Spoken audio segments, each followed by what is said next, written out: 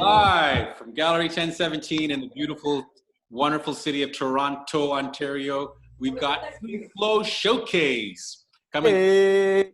Yo, coming to you from living rooms all across the city and maybe some other places in the world, but we don't know, but we'll find out eventually. We got a great show for you tonight. Got some fantastic musicians lined up. Guarantee you're going to have your socks knocked off. Some super talented performers. We got comedians, we got musicians, we got some poetry, we got some storytelling. We got Michael Ursini doing some music. We got Taylor Prince and Marie Lee's doing some music. We got Hoodoo Hersey doing some comedy. It's going to be fantastic. So thank you for showing up. As usual, during the COVID-19, we're respecting physical distancing, so we're doing the show live on Zoom and Facebook because, well, you know, we can't get together. We've been separated for what, 7-8 weeks now during our quarantine, and we're making the best of it. And to tell you the truth, this has been a nice little surprise. Our FreeFlow Showcase has moved online, and it's been getting better and better. We're getting more and more musicians, more and more storytellers, and more people tuning in. A couple weeks ago, I had some folks from Atlanta. We had someone from, I think it was Trinidad or something. So yeah, we're going worldwide. So yeah, thanks for showing up. Thanks for tuning in. It's gonna be great. What else should I talk about, Anto? Whatever you want, brother. Whatever you want. You know what? I miss you. I miss you sitting here beside me talking about the show, having your infectious energy, your super comedic style just bouncing off of my butt, and it's just fantastic. Yeah, I'm gonna do my best. You're doing great, man. Thanks, man. What do I want to say? Yeah, it's, you know, so the government's slowly starting to loosen up the physical distancing. I think some garden centers and hardware stores and some stores that have storefront entrances can open up. It's all confusing. I don't know what he's talking about, but we're slowly starting to release the restrictions, and people can slowly integrate with each other. I hear in Vancouver people are starting to hug each other again, which is like, I don't even know what that is. I can't remember the last time I felt another flesh against mine. It's like, I feel like I'm still in the womb or something. It's crazy. But I'm looking forward to getting out into the real life and interacting with my friends and folks, and, you know, just feeling some love. It's been tough. I have to admit, it's been tough. This past week, I was fortunate enough to get up to Collingwood and get out into the fresh air and, you know, go for some nice long walks along the water and just hang out with some folks, which was really nice. Not too many though. Don't tell Rob Ford that I'm hanging out in the cottage country. He might send the police after me, which I don't understand.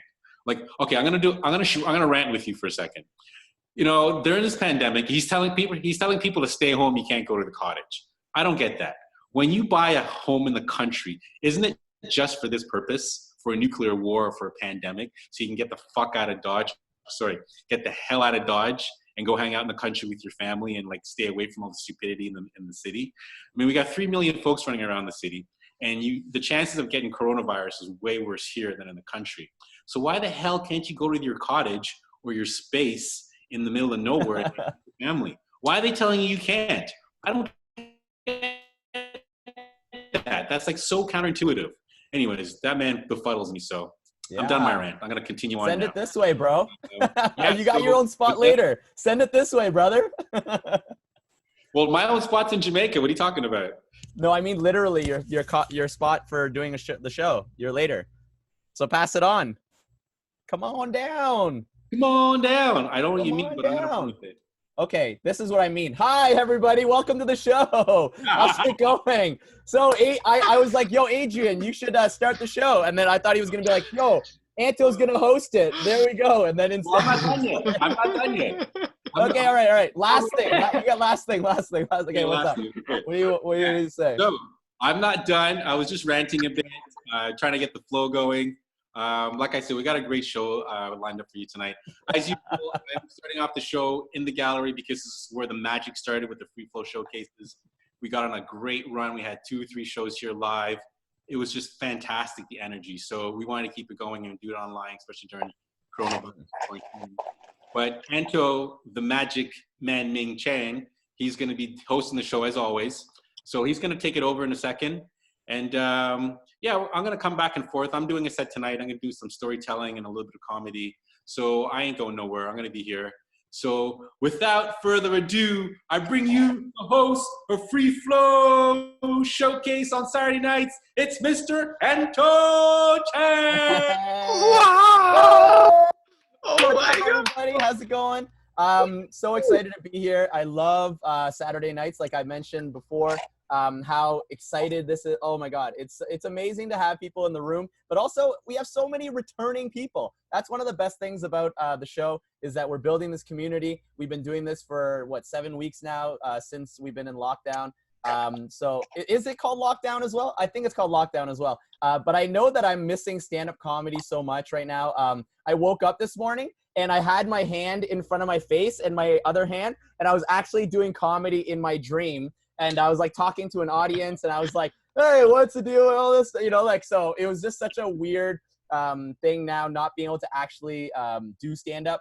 The joke, I actually wrote a joke in my dream too, which was great. I was talking about how a lot of people are asking me, oh, what are you doing during this lockdown, and like to be able to stay healthy, stay active, and all these different stuff. And I realized that I tell so many different people different things, and people are always asking me. So I'm like, oh, and I just tell them different things that I've been doing. But in reality, I've never tried any of them. I just tell them that so that when they come back and are like, hey, this really worked, that's the thing I actually try. So I just like make up 50 different things to like 50 different people, and whoever ends up being so what I'm saying is I use other people as like guinea pigs. I'm using them as guinea pigs, and whoever it ends up being correct for, it works. But what's also funny though is, have you ever thought of the idea of a guinea pig?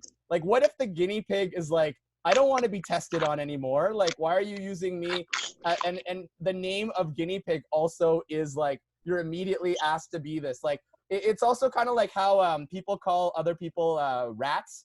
You know, you're like, oh, you're such a rat, you know, you're telling on me or whatever. It's like, do you think that there's rats out there that are like, I would never tell on my friends, right? Like, ever, you know, why would you use me as that, right? Or even someone's like, hey, you're free as a bird. That's what they say, right? But what about all the birds that are in captivity? You think that they're like, why wasn't I born? Like, they immediately are feeling shitty because they were born into captivity, right? So that's my animal conceptual rant about this week. One of the things that I love though is about the show is that I have ideas. I have so many ideas all the time. But coming to the show, I know that I'm in an environment where everybody's kind of like sharing themselves, being themselves. And you guys having me as your host, it's an honor. I am literally a basement dwelling troll right now. So having the confidence to come in front of all of you guys and be able to share myself, it's an honor to be able to hold the space.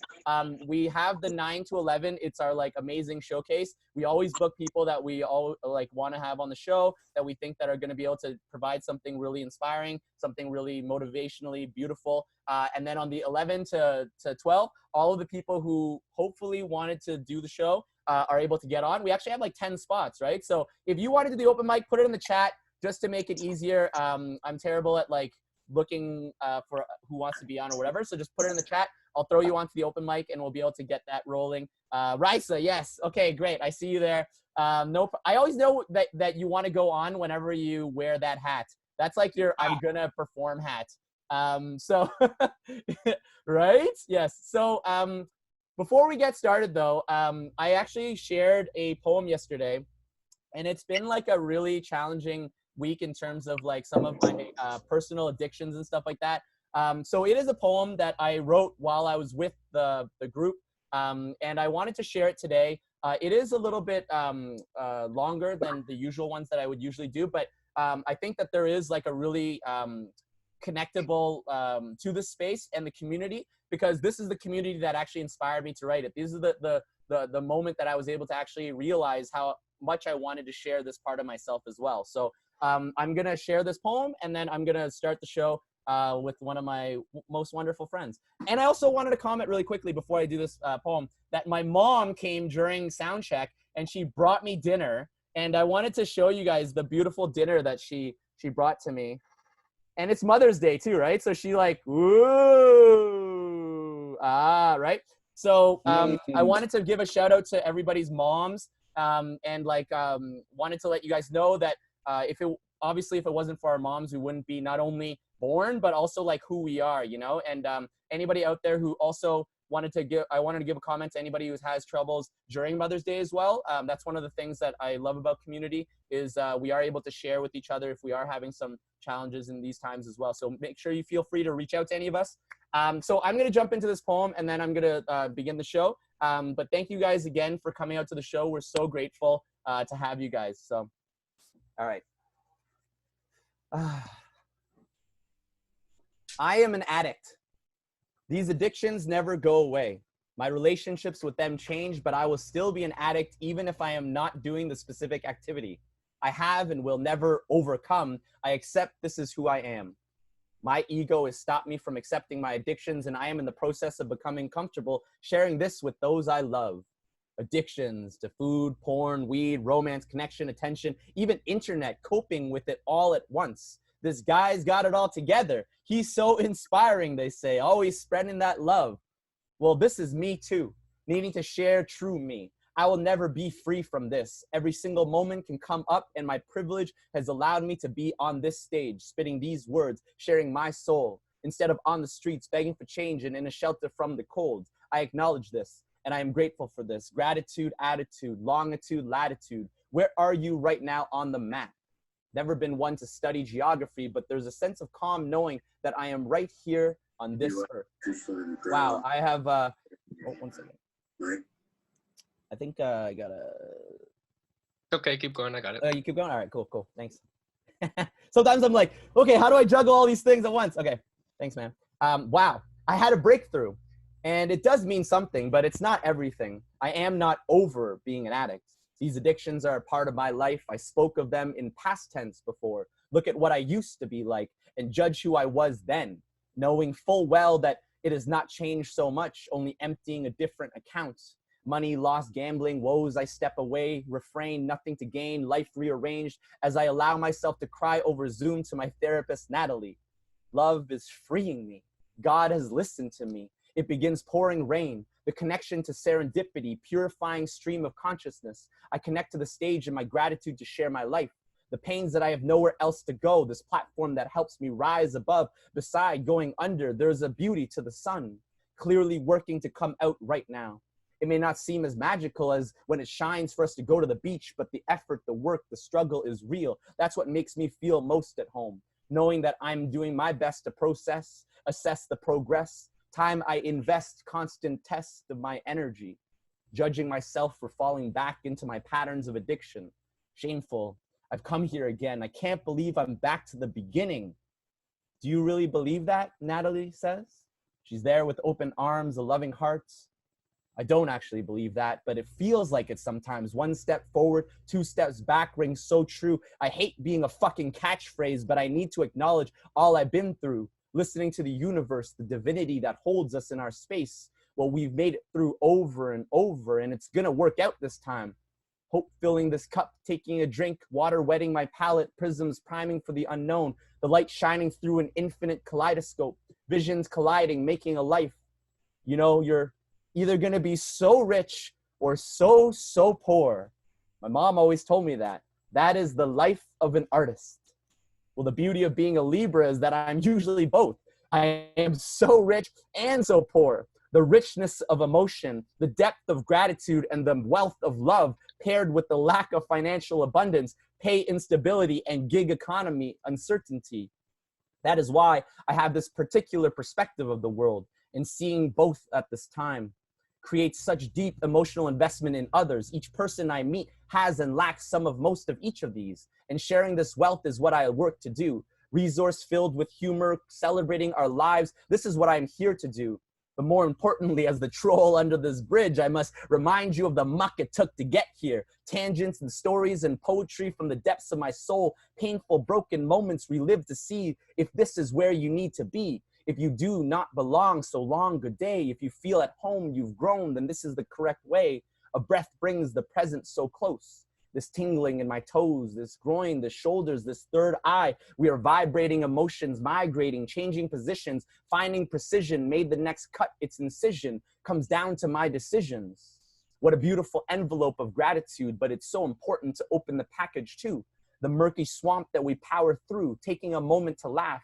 How the fuck we end up among the frogs again? What's real and what's pretend? I arrive at the post office and I send, commend. I've made it this far and I am the only one who is me. This is how I see that the focus of appreciation builds towards freedom.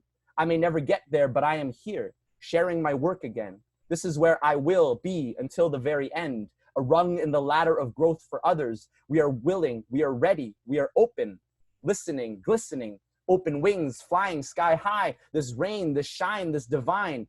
We are truly one of a kind. Whoa! Oh, yes. Thank you guys. Thank you. Love it. Yeah, I really appreciate it.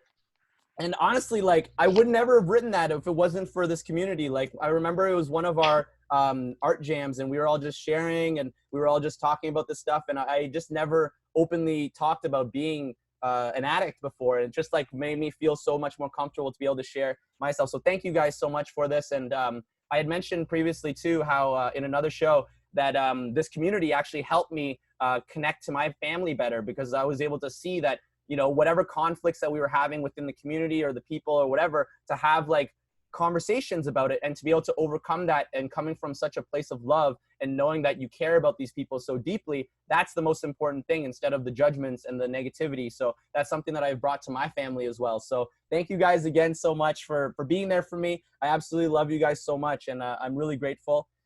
So one of the things that came up within the community as well too is we actually had some friends who wanted us to, thought it was a great idea for us to be able to open up the idea of our pronouns. And so just if you'd like, whoever would like to, you don't have to or anything, but if you'd like to be able to put your pronouns into, I think it's over here now. I'm always bad with, I think everything's flipped, but it's here, and then you just put your pronoun as well. And it's just more inclusive and opening that up to the rest of the people who are here as well. So thank you guys again. And we're actually gonna jump into our first performance, as well as its video commenting and loving and giving all that sweetness to our mothers, since it is Mother's Day tomorrow. So if everybody would like to put their hands together for one of my favorite people and most inspiring people in my life, give a big round of applause for Mr. Daniel Salee, Mr. Butterfly Samurai. Woo, Daniel.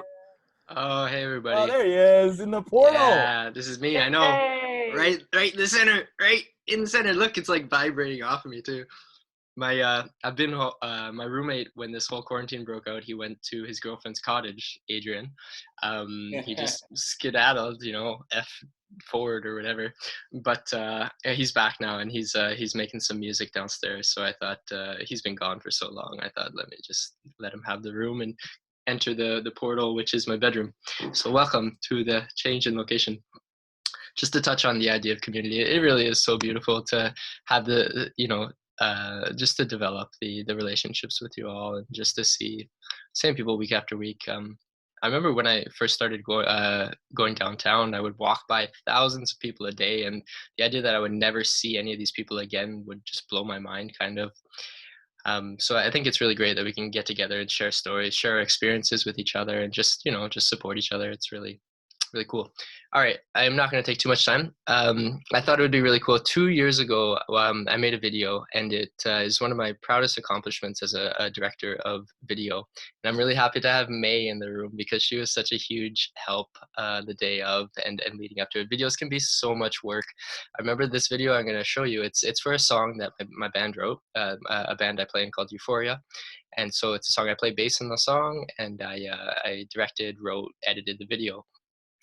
And they can be so much work. The shoot day, it was 5 18-hour days during production, and that doesn't have anything to do with pre-production or post-production, which is writing, developing, you know, screen blocking, like storyboarding, and then post-production, all the editing. Like, it's a huge undertaking, but I'm so, you know, I don't use the word proud very often, but I am certainly proud of it. So without further ado, this is a song by a band I play called Euphoria, and it is called What It Means to You. And so I'm gonna swap over to my screen. No, that's Daft Punk. All right, here it is. You guys getting this okay? Yeah, it looks good. Okay, and if you're not getting the audio, then let me know, but it should be good.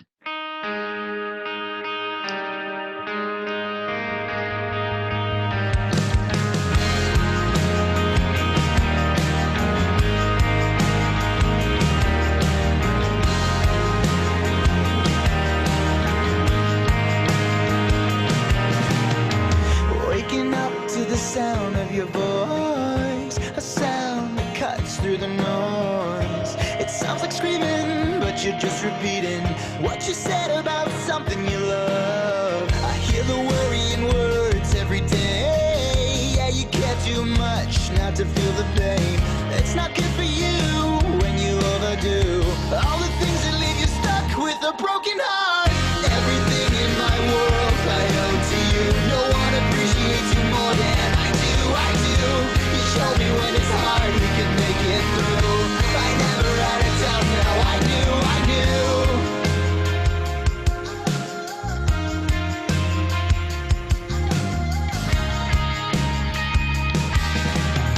You check the weather and pressure, and I'm okay, like I always am. But you check anyway, and until you do, in a panic mood, you think the worst about everything. Too excited to hide it, it makes me laugh. You spread the butter, sit and stutter till you know you have all of my attention for your intervention about my life and what it means to you. Oh, what it means to you. Everything in my world I owe to you. No one appreciates you more than I do. You show me when it's hard, we can make it through. I never had a doubt, now I knew.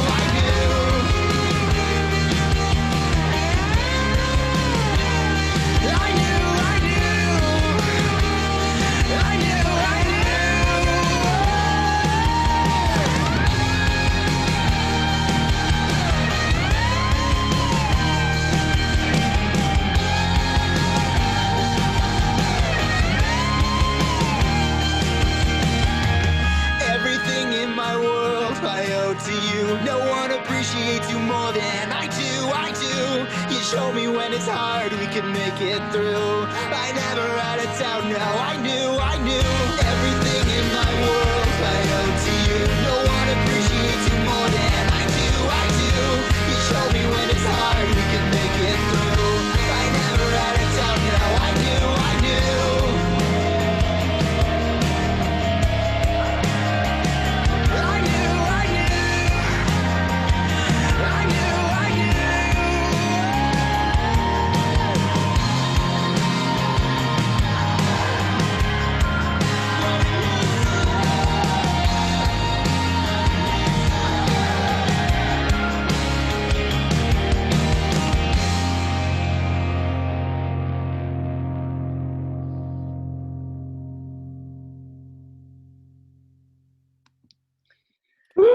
Anyhow, Whoa. that was the video. Oh, we got more coming. Let me stop that. Sorry. Yeah, so that was a song called What It Means to You. And it was a lot of fun to make. I really enjoyed the process. You just dive into it. I just wanted to show off. This was the book from it. And it's a book of fairy tales by Hans Christian Andersen. And I've been reading it. And they say they're for kids, but like the one I was reading today, it just ended in like mass death with all the people. And I was just like, oh man, this is like some gnarly, like these Scandinavian kids are like tough, like kids, they must be. Anyways, that's cool. Thank you for the space. Thank you all for being here. It's a pleasure to share. I don't know if there's any mothers out there, but just sending love to my mother and all the motherly people. There's definitely people here who treat me like a child in the best way. That they take care of me and they want to nurture me and make sure that I'm looked after. And I love that. And thank you all for your motherly love. Back to you, Soreto. All right. Yo, give a big round of applause for Daniel, everybody. That was amazing. Yeah. That was so good.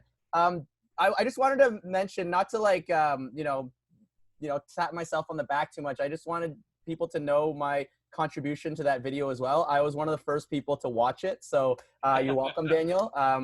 So I, not to take too much credit for myself, you know, I just want to make sure that people know that. I don't want to brag or anything, but okay. So I also wanted to mention too, so it's more being Mother's Day. Like I feel so blessed to be home with my mom, whatever. One of the funniest things is when I like call my mom and like at the end of the conversation, I'm like, all right, thanks mom. I love you. And then she's always like, okay, bye. And then it just like ends, right? But what happened was one time I was like, kind of like, you know, running all over my place. And then I'm finally like, you know, getting a moment to sit down. And then I remember I had to finish something. And then I was on the phone with her and I was like, okay, all right, well, I got to get going. You know, really nice to talk to you, mom. This has been great, whatever. And then I like I'm like, okay, bye. And I go to hang up. And then she goes, I love it. And then I cut her off.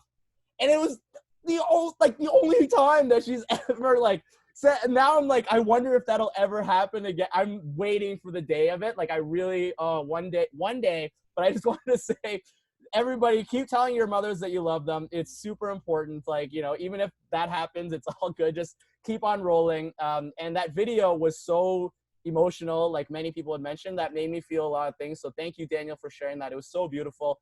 And I definitely was joking earlier. I'm not taking credit for that. That 5 18-hour days. I don't think I've ever done anything for 18 hours straight ever. Like, I don't even know how you calculated 5 18-hour days. Like, how many breaks did you have to take? Like, that's just too much. That's a lot of effort, man. We were sleeping on set. Oh my god!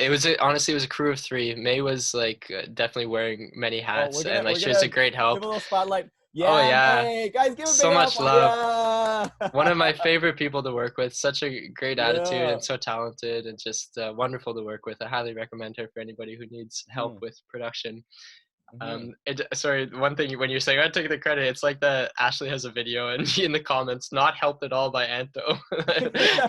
Yeah, I did that. Yeah, that's I was like, when I was doing her YouTube video, one of her videos, I was like, yeah, not helped at all by Anto. I always like to take credit for not doing anything. That's kind of one of my funny things. So okay, so I'm just gonna jump into our next performer. I actually have been doing comedy with them for I don't even know how many years now, 8 9 years, very long time. We used to do it back at a place called The Central. I don't know if you remember that. It was right beside Honest Ed's until they tore it down.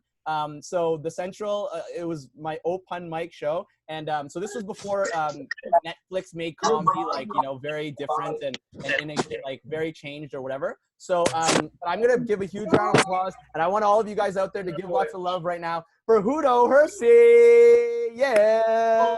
Oh, there you are.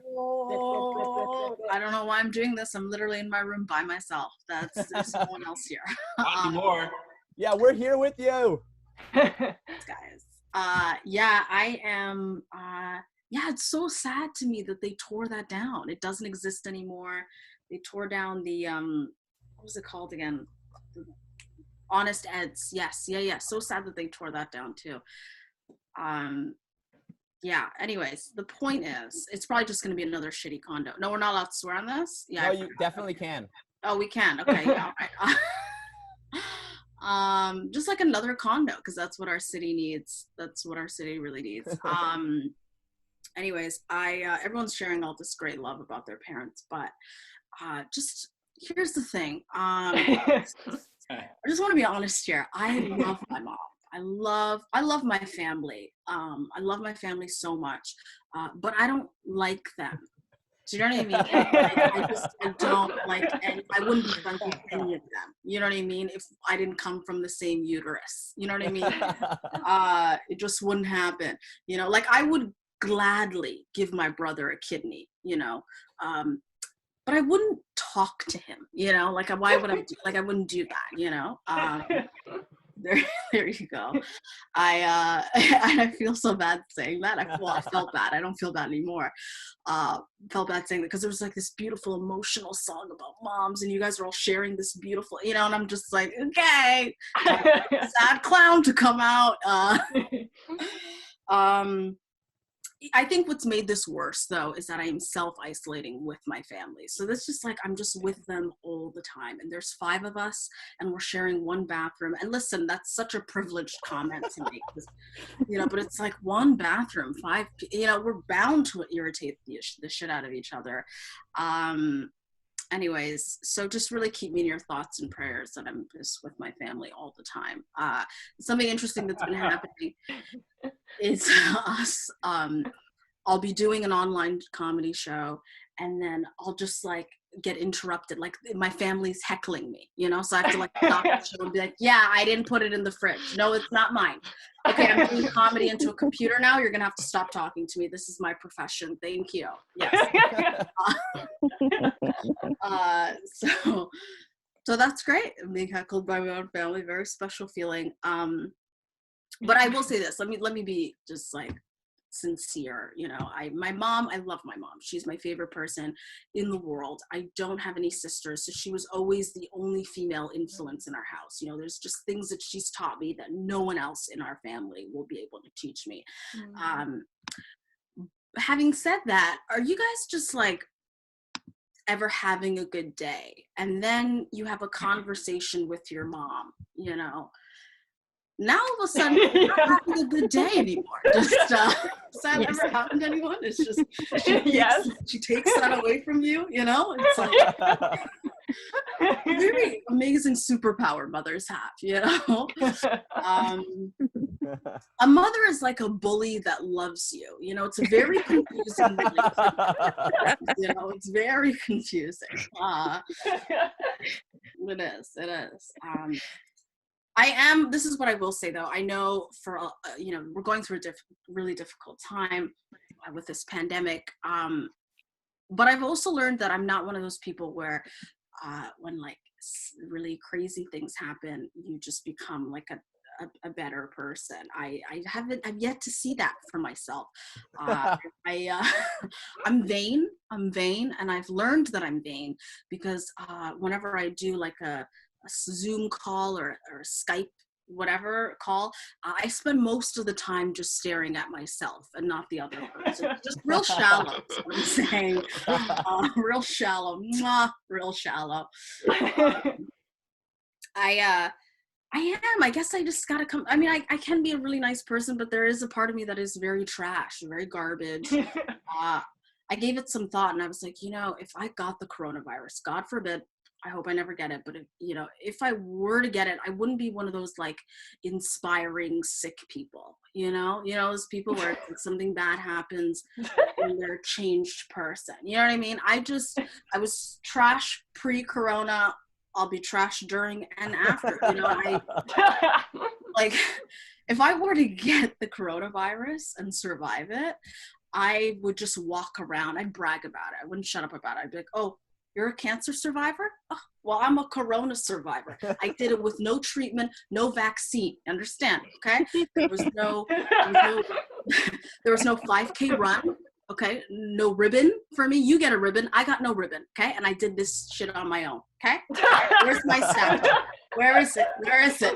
Just real trash. The closest thing I can compare it to is when older guys that have gone to Vietnam to fight in the war, how they never shut up about going to Vietnam? Like, this will be my Vietnam, is what I'm saying. Well, I'll have kids just so I can talk about this period in time, Listen, I do on stage, since Anto's known me, I've always talked about privilege on stage. But I have to come clean. Don't let all this fool you, okay? I got tons of privilege, okay? All right? I am my father's favorite child. I know. There's some poor middle children energy. I understand. Listen. Okay? And this is what I've learned, okay? I'll never know what it's like to be white, okay? But I feel like being white and being the favorite child are almost the same thing, like almost the same thing, right? It's like you're having fun while everybody else is mad at you, And you see that they're mad, so you try to pretend like it's not as fun, but you're having a blast. Whoa, it's a lot of fun. I think that's my time, right? I've gone over, right? Yeah, if you want to do one more, go for it. Oh, let me talk about this. Oh my God, how did I forget to talk about this? It is, I don't know, for those of you that don't know, Muslims, it's a huge holiday for us right now. We're celebrating Ramadan or Ramadan if you're white.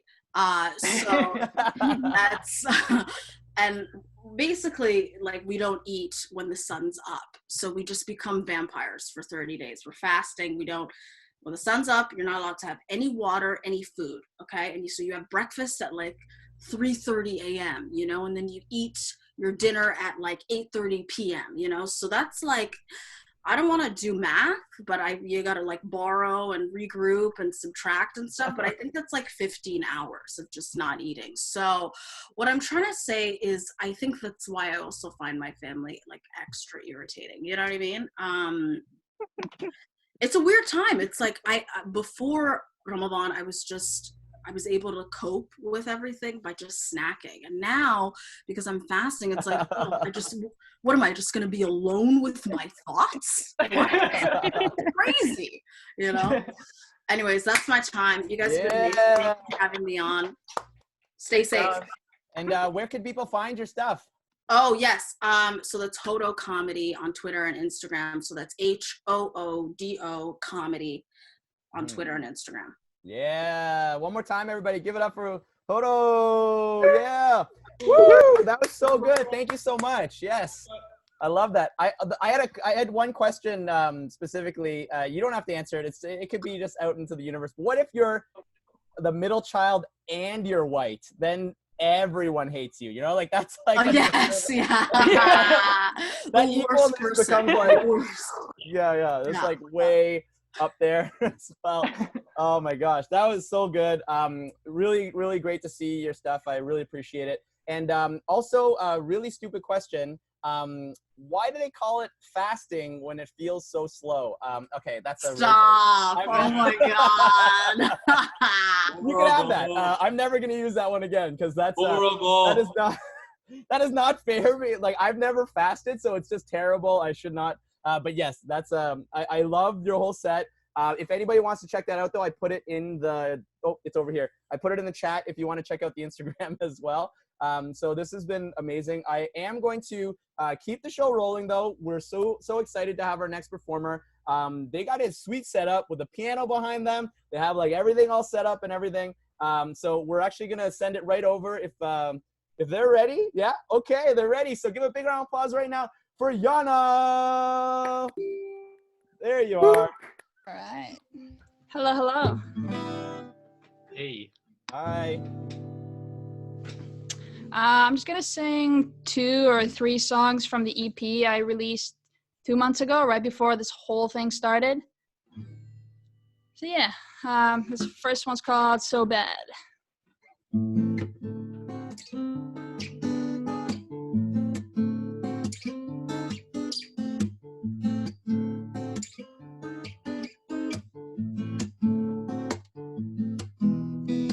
She's got the devil's lips, yeah, she's so fine.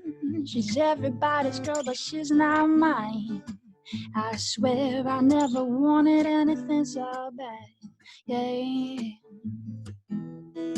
She calls me every time that I'm asleep. When I'm busy, that's when she wants to meet. I swear I never wanted anything so bad, yeah. She looks away from the things she doesn't want to feel. Her eyes fill with hope of a 5-year-old and the pain of a 50. She's always lighter, yeah, but she's on you. Won't get to know her unless she wants you to. Unless she can do something she cannot do, yeah.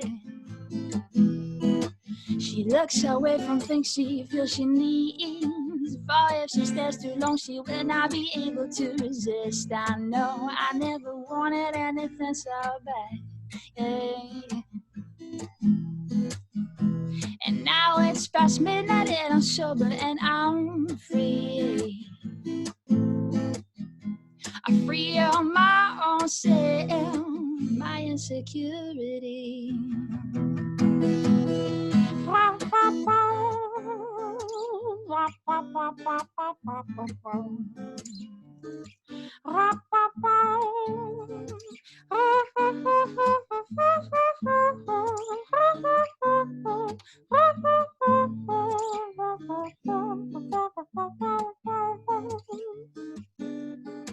And now I'm twisting, twirling my own thoughts, wondering where or when was it that I did it all wrong. I know I never wanted anything so bad, yeah.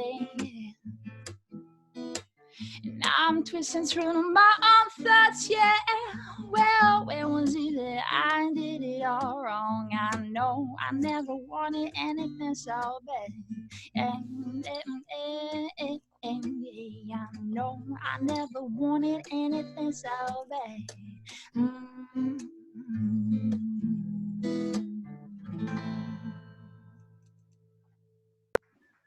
Oh yeah. Woo! Wow. Thank you, thank you. Love the trumpet. Thanks. I'm gonna move on to the next one. You can hear me all good? Oh yeah. Just so you know, the comments are just on fire right now. Oh, sweet. Thanks, Oh guys. yeah. Flames. Names. Okay, this next one is called Keep Coming. It's about dating someone who wants to travel all the fucking time. Or you're a Capricorn and you need your routine. You want to stay home. All right, here we go.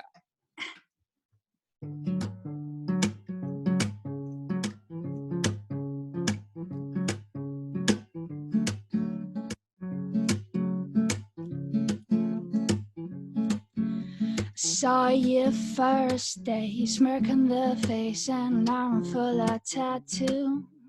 I wouldn't have guessed you'd be the one I always come to. Your eyes said hell yeah, you were clearly in love with this world.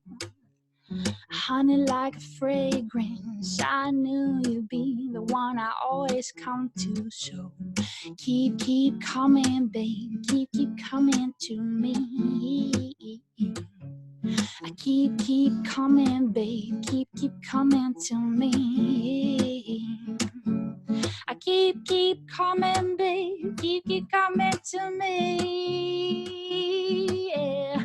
I keep coming, babe, keep coming to me.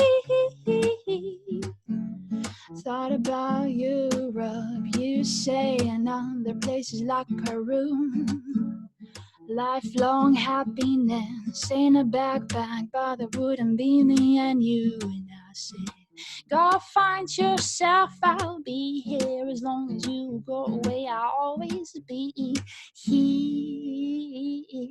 So keep coming, babe, keep coming to me. Keep coming, babe, keep coming to me. I keep coming, babe, keep coming to me. Yeah. Keep coming, babe, keep coming to me. And next thing I know, she told me I won't go. I got everything I need right here. Why do I need this world full in your eyes? I can see all the galaxies now.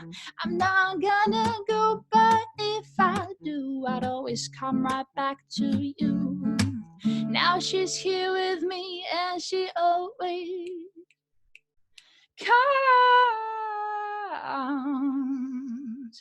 She always comes back to me. Keep coming, keep coming to me. Keep coming, babe, keep coming to me. Keep coming, babe, keep coming to me. Yeah. So keep coming, babe, keep coming to me, me.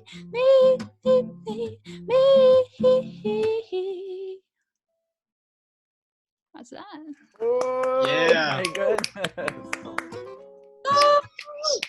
good. Should I do one more, or is that the time I have? Encore. Yeah, you got to do one more. You gotta do one more. Encore. All right. Yeah.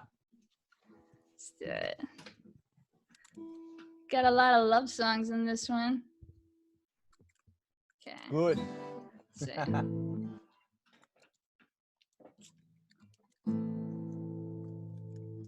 She is the love of my life. She knows how to treat me, and she is the love of my life.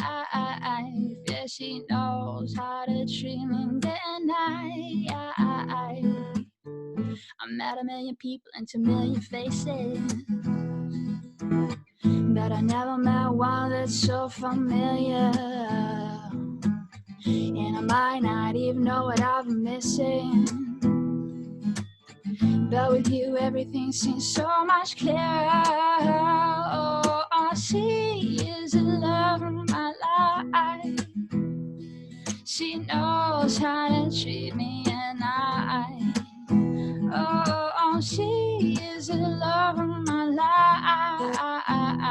Yeah, she knows how to treat me day and night. Don't even know how I made it this far, 'cause life is hard when you're not a white guy. Sorry, don't even know how I know what to do.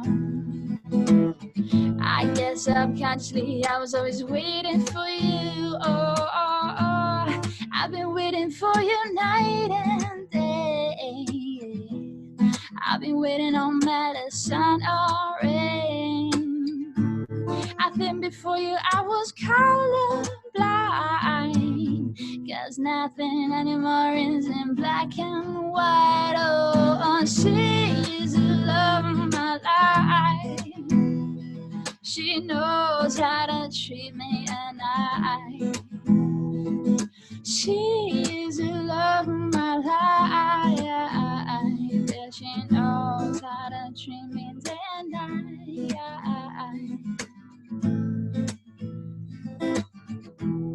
Then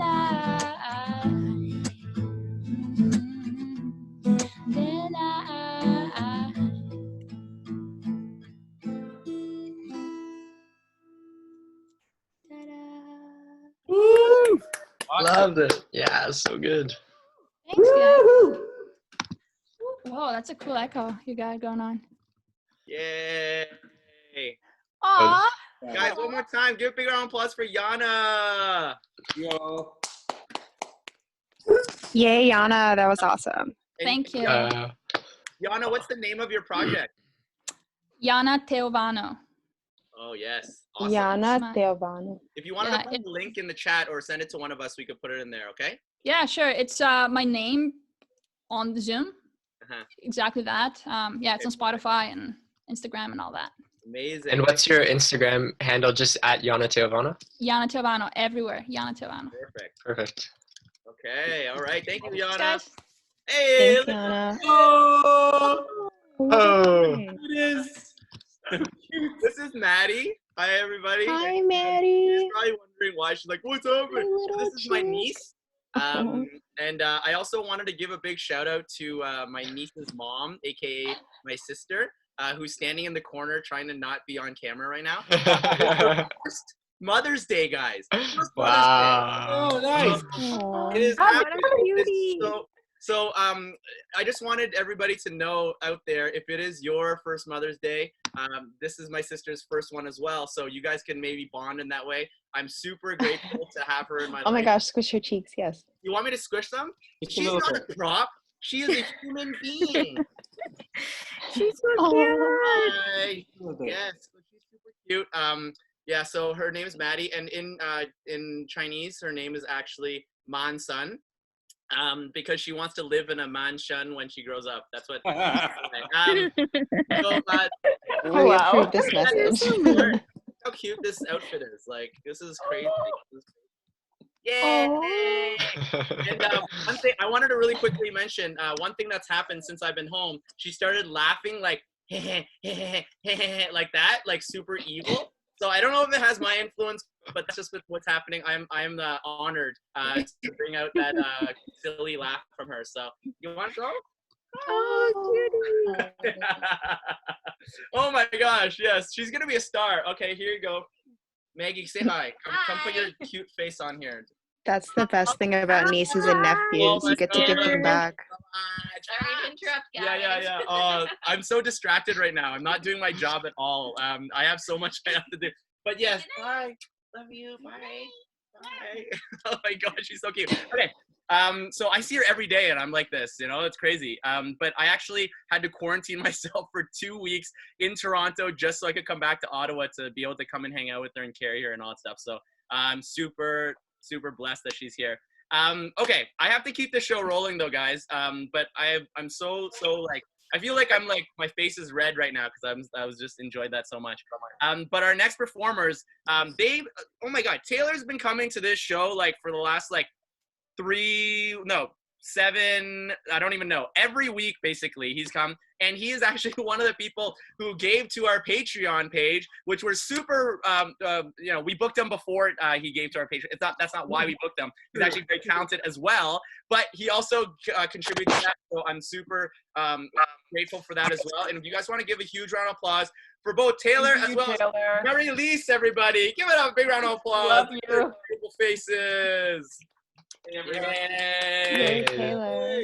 Thanks for having us. It's been such an awesome community. I've been having lots of fun participating in it, and I couldn't help but bring my girlfriend in to participate. So, Maddie Lise. Yeah, this feels like such a nice community. It's been really nice to sort of hear you in the background and something different. You've been in the apartment for a month or more now. Cool. So we're going to play 2 or 3 songs.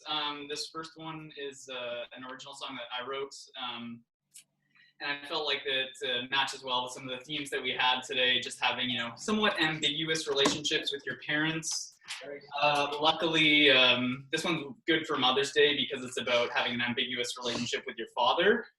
I wrote this song processing a bit of emotional stuff when somebody was like, oh yeah, you really remind me of your dad. And I was like, oh no. So it took me a while to process this, and this is one of the songs that Nervous me.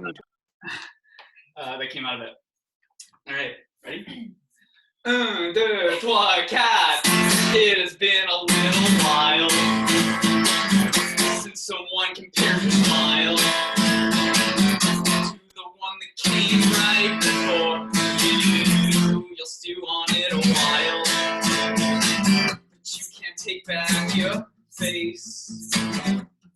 Take back your race, and you can't change your ways. That you would sooner erase. Yeah, you would. Yeah, you would.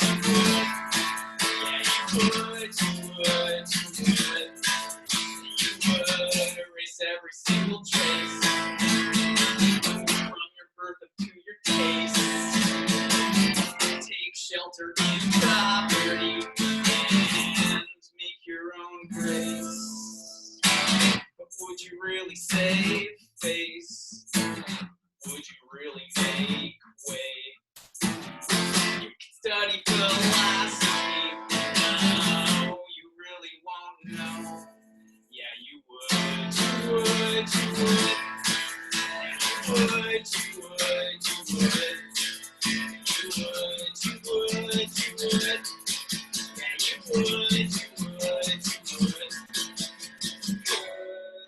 You weren't a fucking reject.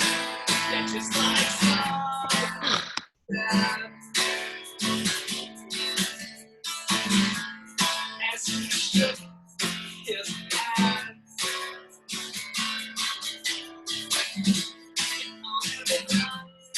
understand where you are to you off now.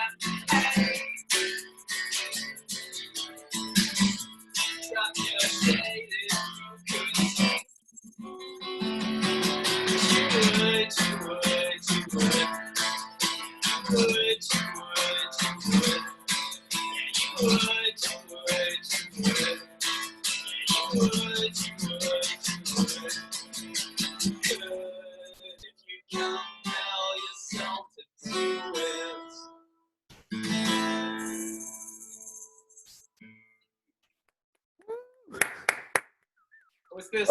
Yeah, that was awesome. Or thank you.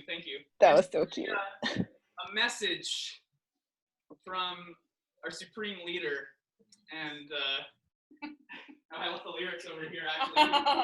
This was such a good transition. He faxed them to me. That's how the Canadian government works today. Justin Trudeau to us directly. We've just got this little message for you.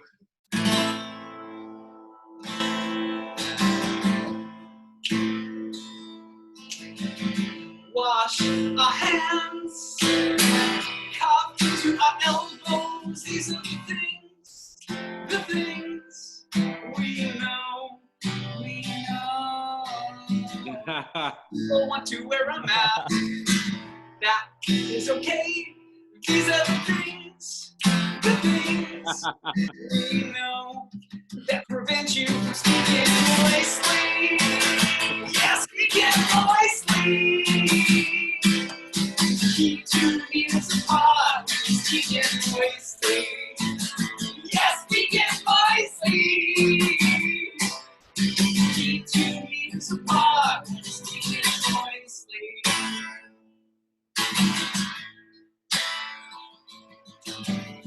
I am not a medical expert. These are the things we know. What I have heard from medical experts. So these are the things we know. That makes you speaking moistly. Yes, speaking moistly. Keep 2 meters apart. Speaking moistly. Yes, speaking moistly. Keep 2 meters apart. Speaking moistly. Yes, speaking moistly. Keep 2 meters apart. When you're speaking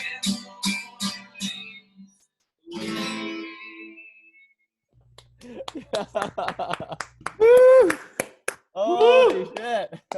So good. We got one more if we have time. Nicely. I'm sorry, because you will have this stuck in your head so probably next week. That's just how it goes. Okay, really quick. Yeah, you can do one more, but you gotta go fast, okay? Okay, so this is our next COVID hit. The COVID EP. Facts here. Oh, sorry.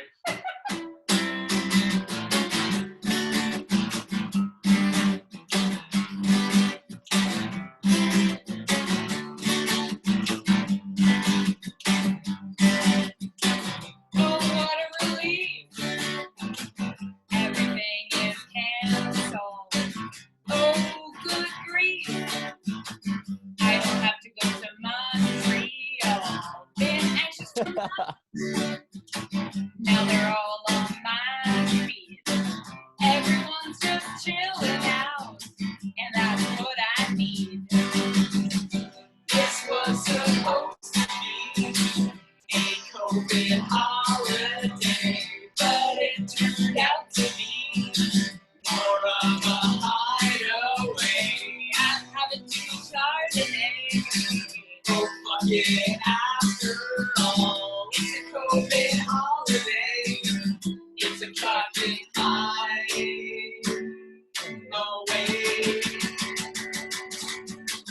I'm starting to miss those assholes on the TTC. They never got out of the way. But now, today, where are they? I'm starting to miss those crowded places. And cuffing in my wrist instead of in my arms. This was supposed to be a COVID holiday, but it turned out to be more of a hideaway. I'm having too Chardonnay. Oh, fuck it.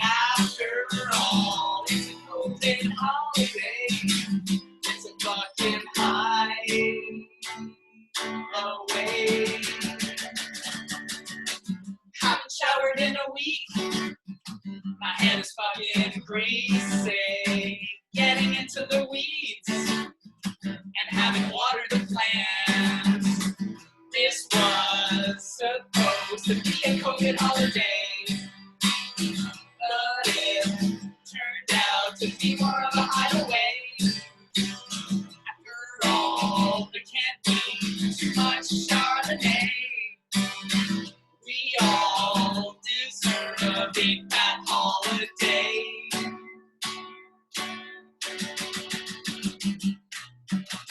This was supposed to be a COVID holiday, but it turned out to be more of a hideaway. I'm having too much Chardonnay. Oh, fuck it, after all, it's a COVID holiday. It's a COVID hideaway.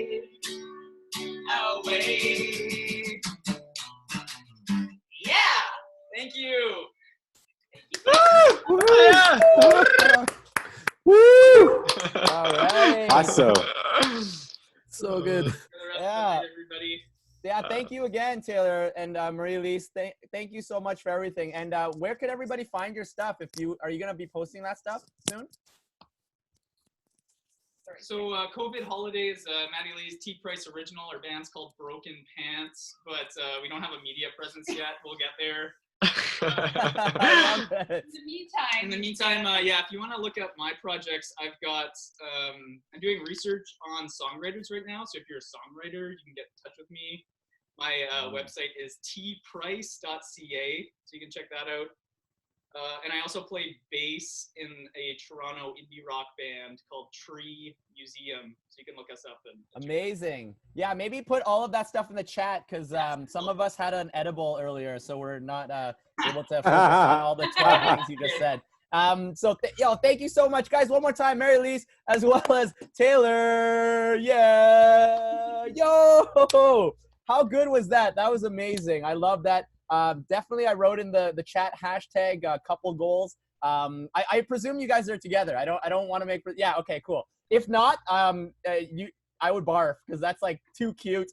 I would try and make you guys date just because of how sweet you guys are. I am definitely down if anybody out there wants to be the Taylor to my Marie-Lise. I'm looking for a Taylor right now. If you play a guitar and you want to flirt while singing songs, I'm super down, guys. So,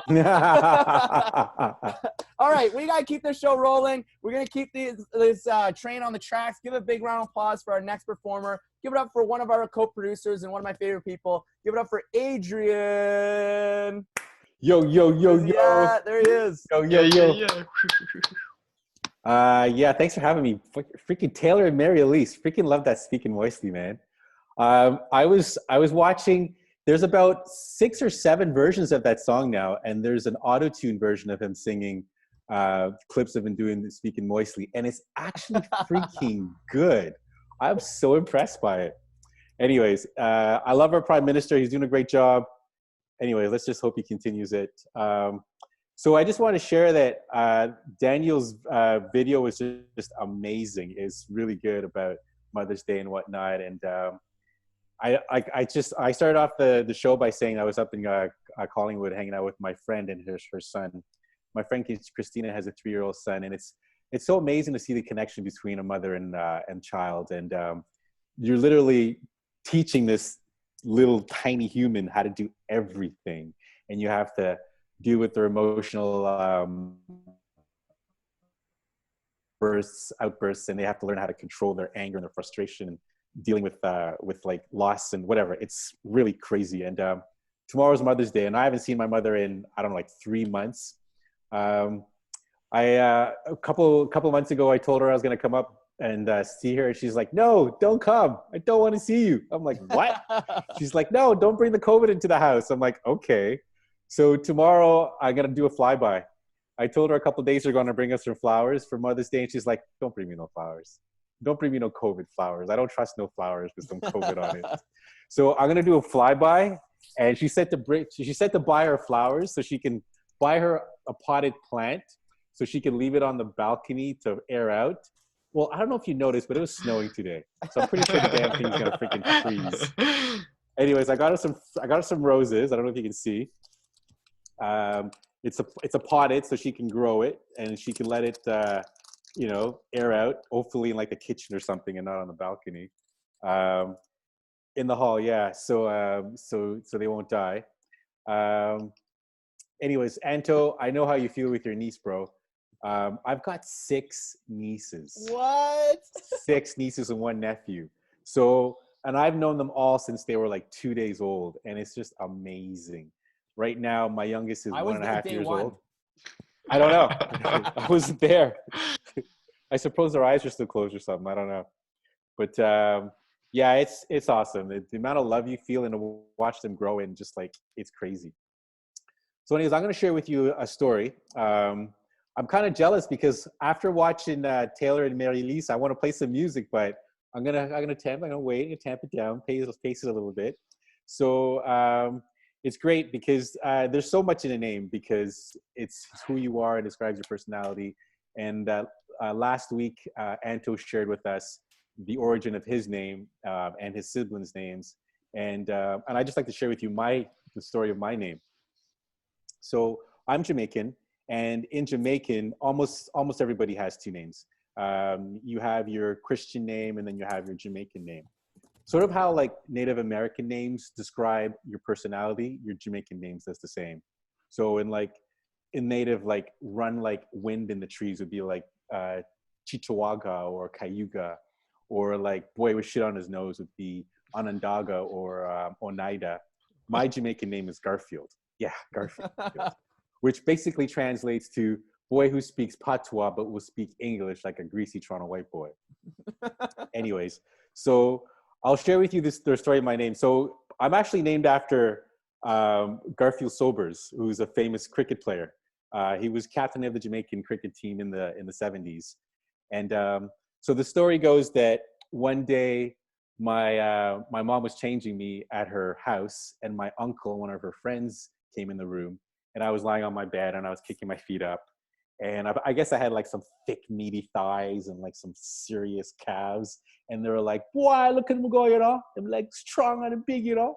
It reminded me of Garfield Sewer boys. The boy strong and them's tough. So the name stuck. So I'm Garfield. But don't ever compare me to that cat, because I'm a cat, but I'm a black cat. I'm no orange cat. There's no orange anywhere on me. So it's funny though, because for the first 4 years of my life, all I knew was Adrian. Sorry, all I knew was Garfield. My family in Jamaica called me Garfield. My uncles, my aunts, my grandparents, all the neighborhood kids.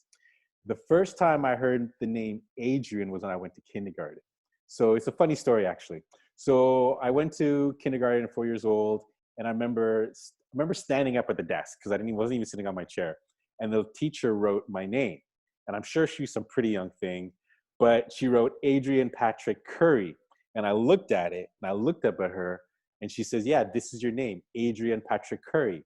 And I laughed at her, and I said, boy, you dummy. You're older than me, and you have no sense. My name Garfield. I don't name Adrian. What you talk say? You know? And she looked at me, and she pulled out this little like stick or something, and she whacked it on my hand. I was like, aye. And I was like, why you do that for? And she goes, boy, you're Rudy. You have no manners. You have to learn some respect. She says, your name Adrian Patrick Curry. And I looked at her, and the pain was sharp. And I was like, sure, I want to tell her off, but I can't, you know?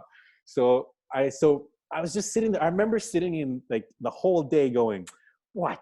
My name's not Garfield. My name's Adrian. What the hell is that? Why? She don't know what she talks it. So I went home right after, I guess it was lunch or something, with my cousin, who was like 8 months older than me. And I went straight to my grandmother at the time, and I said, Grandma, what my name? My name Garfield, my name Adrian, you know, because me don't understand. The teacher at school tell me name Adrian. She not talk no sense, you know. She foolish. And she said, boy, sit down and don't be rude. So your name, you have 2 names, all right? Your name Garfield, but your name Adrian. Adrian is your Christian name, your name your mother and your father give you, all right? So I looked at her and go, really? And she goes, yes. And at 4 years old, that was the first time I heard my name was Adrian. But it didn't matter though, because I came to Canada, and that's finally when I started being called Adrian. And it's funny because I grew up with two names. I grew up with Garfield at home with my family and my relatives, my brothers going, Garfield, give me some of that, no? Or my dad is like, Garfield, why the boy, come here now. I'm going to kick your ass, Scott. And we're like, ah. But at school though, I was Adrian, you know, sophisticated, speak good English. You know, I was Adrian. Anyways, that's the story of my name. So I also want to share something with you. Thank you. I also want to share something you. Anyway, so that was then, but now I am. So I do a lot of things. One of the things is that I care a lot about the future, and it's just the way I am. I care a lot about things. I'm an older brother, so I like to be in charge, and I like to know that things are being done properly. And if they're not, I want to be able to fix things and make sure that things are done proper. So right now I'm involved with the Green Party, and I'm working with this wonderful woman who's running for the leadership of the Green Party. And her name is Annie Paul. And this woman is such a badass. Like, honestly, I think she has a good chance of winning. She's such a badass. She's like owning things like Oprah Winfrey style, you know, it's just like ridiculous. So it's important to me because there's so much stupidity going on in the world right now with like the plastics and the oil, and we need to switch to renewables. And then just the way with our native or indigenous people are being treated with, like, you know, they don't even have clean water on half of their reserves, and they don't get proper access to healthcare. And it's just like this whole colonialism thing has to change. So I'm working on her campaign. I'm one of her volunteer coordinators and her outreach coordinators, and we're just trying to get as many people as possible to like sign up and become Green Party members. But not just that, just to like steer the course of our nation and just give us a chance to like do things properly and do things in a more holistic and inclusive way for everybody in this country, because we're such a diverse nation. We are literally, I would say we're the envy of the world, because in case you haven't noticed, the decline of the American empire is well on its way. I mean, that fool leading the country down there is just driving these people to like hell in a handbasket. So Canada is like rising up. And I really believe that with the people that we have in this country and how diverse and how sensitive we are to each other's feelings and caring for each other, that we're really going to lead a new cohort into the future and just show other nations of how we can live together, get along with each other, care for everyone, and just make sure that everyone gets ahead and has a chance to be the best person they can be. Yeah, I just want to say that. So thank you for listening. If you want to call me Garfield, you can. My friends are calling me that now every time I tell the story. I like it because now I get to be the Jamaican and the Canadian at the same time, so it's really cool. Oh, give it up, everybody. Adrian Curry. Yes, Garfield. Thanks, Adrian. Yeah, yo, give it up, guys, for Garfield. Adrian. What? I love it. Yeah, your Garfield is kind of like my Ming. Ming is my Chinese name, and like family members call me Ming and stuff like that. And it's just so like, it's such a endearing thing if it's like done right. And then also sometimes I'll know if someone's not actually my friend when I'm at a comedy show or something, and then they're like, all right, give it up for Anto Man Chan or something. You know, like they'll use my Facebook name only, and you're like, that person doesn't actually know who I am. You know what I mean? Like they just booked me from the show. But I love that you're able to share that story. That was one of my favorite times that you shared on the show, and just seeing that side of yourself and being able to share like such an endearing and beautiful story, but also like talking about your family and like all the love that you have like in your family on such a like at this time, you know, for Mother's Day. It's great. So if everybody, one more time, can we give it up for Adrian holding this space for us? All this love, buddy. Thank you so much, man. Really appreciate it. Yeah. And also I went to another show, and one of the things that they do, obviously everybody can snap but they also send like vibes through the camera like that. Yeah, exactly. Like May, you also can go like this, or you could like send vibes through whatever you want, but it's like so that you don't always have to turn on your camera of that, but like do whatever you like, guys. We're very open here. We're really grateful for that. Yeah, I like Annie went like this, as if we have like what is it called? What are these called? Antlers. Antlers or something. I Yes. didn't realize you were looking at me. Yeah, I'm looking at all awesome Antenna, faces. not antlers. Antennas. Yes. Okay. I like how emotional. Was that Crystal? Yeah. Crystal's like, oh, excuse me. Who said antlers? They're not antlers. Yeah. All right. Antennas. Okay, yes. All right, so we got to keep this rolling, but thank you, Crystal. And yes, Annie, I'm always looking at all your beautiful faces.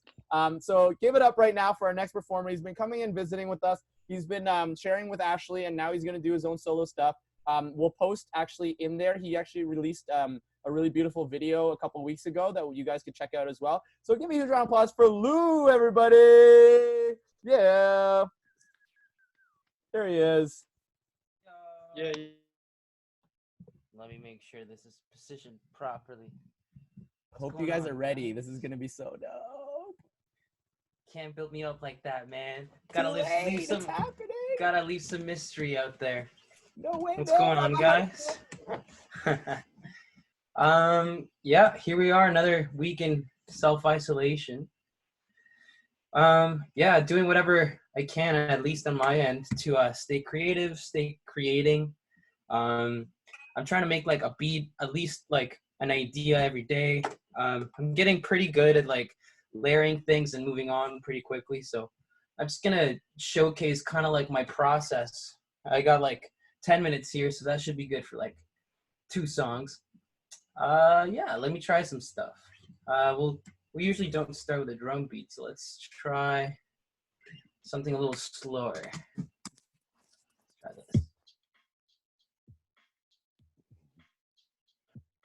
Okay.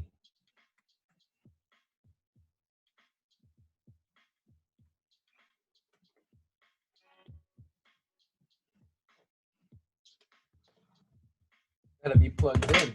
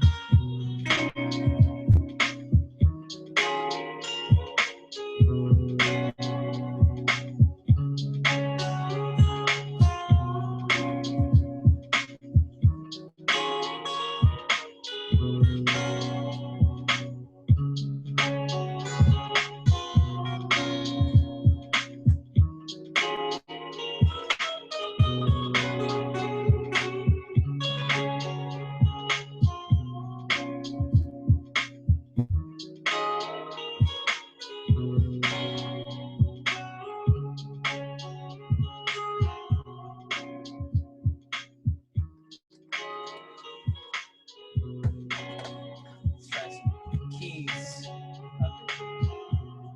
I hope that sounds all right.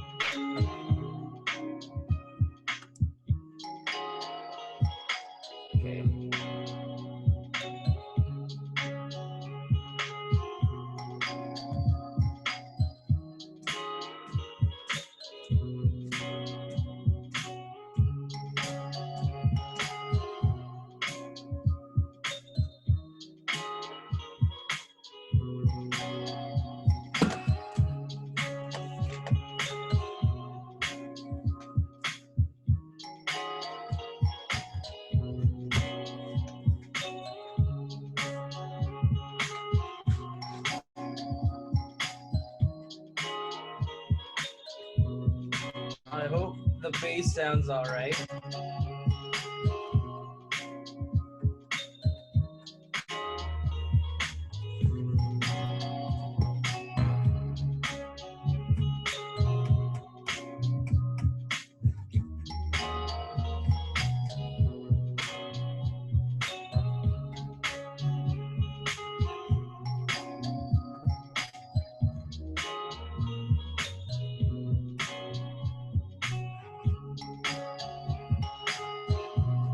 There you go.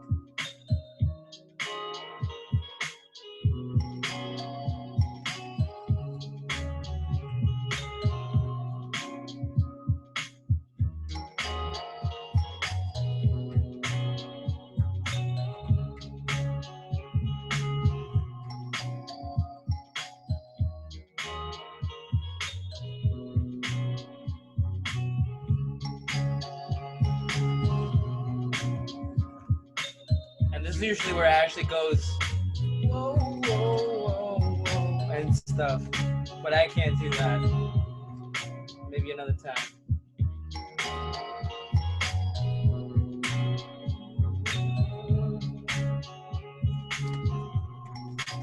That's not bad. Let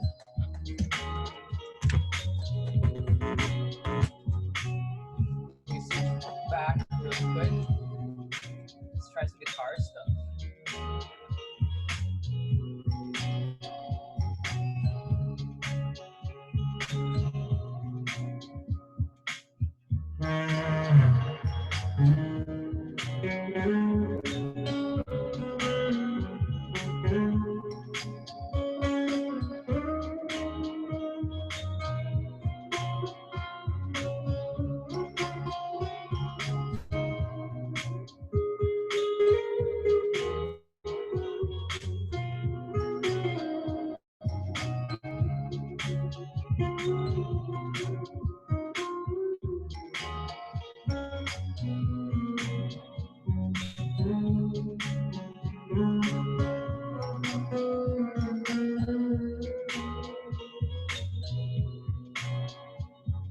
I really like that a lot.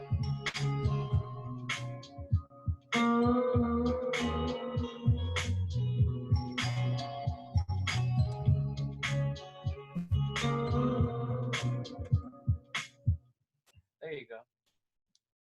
Hey, voila. Just like that. Oh, Awesome. How long was that? Yeah, baby. Nice. So good. That was beautiful. How long was Woo! that? I'm super that was like 4 hours, bro. Like it's tomorrow already. right? Yeah, damn, it's like midnight already. Yeah, you I mean, like that kind of stuff I could just go on and take stuff out, put stuff in, and usually that's how I end up making songs, and then hooks just arrive, you know? Like I could try another quick little thing if there's enough go time. for it, man. No problem. We're good on Sweet. time, so keep rolling. Cool. Let's try something a little more up tempo this time.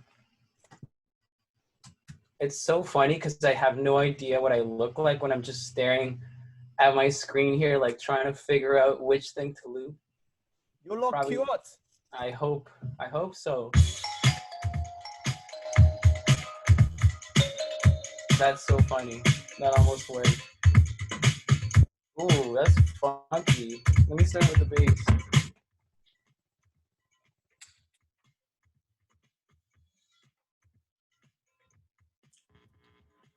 Cool.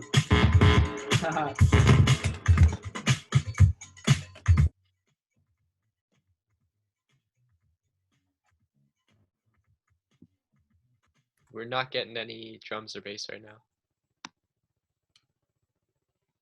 You're not getting the drums either, eh? Or the bass. Here, let's try this.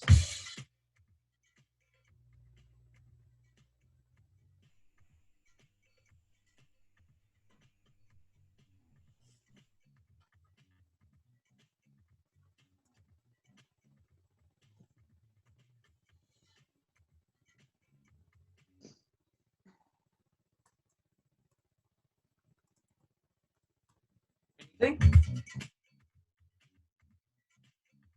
Can't hear anything.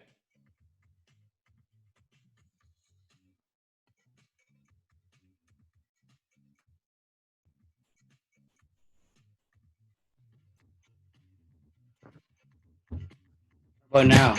Yeah. There you go. It's a little funky. Oh, we lost him. He lost it. Yeah, it's good. Works now. You know what I think it is, and I think I need to fix for the next time? It's the gate on Zoom. Like, if it goes beyond, like, below a certain level, it'll just, like, mute it to try to avoid feedback, I think. So next time, I'll set up directly to my interface, I guess. It's a process. We're figuring it out. It's getting better every week, you know. It is, man. Here all week. Come back next week. It'll be even better.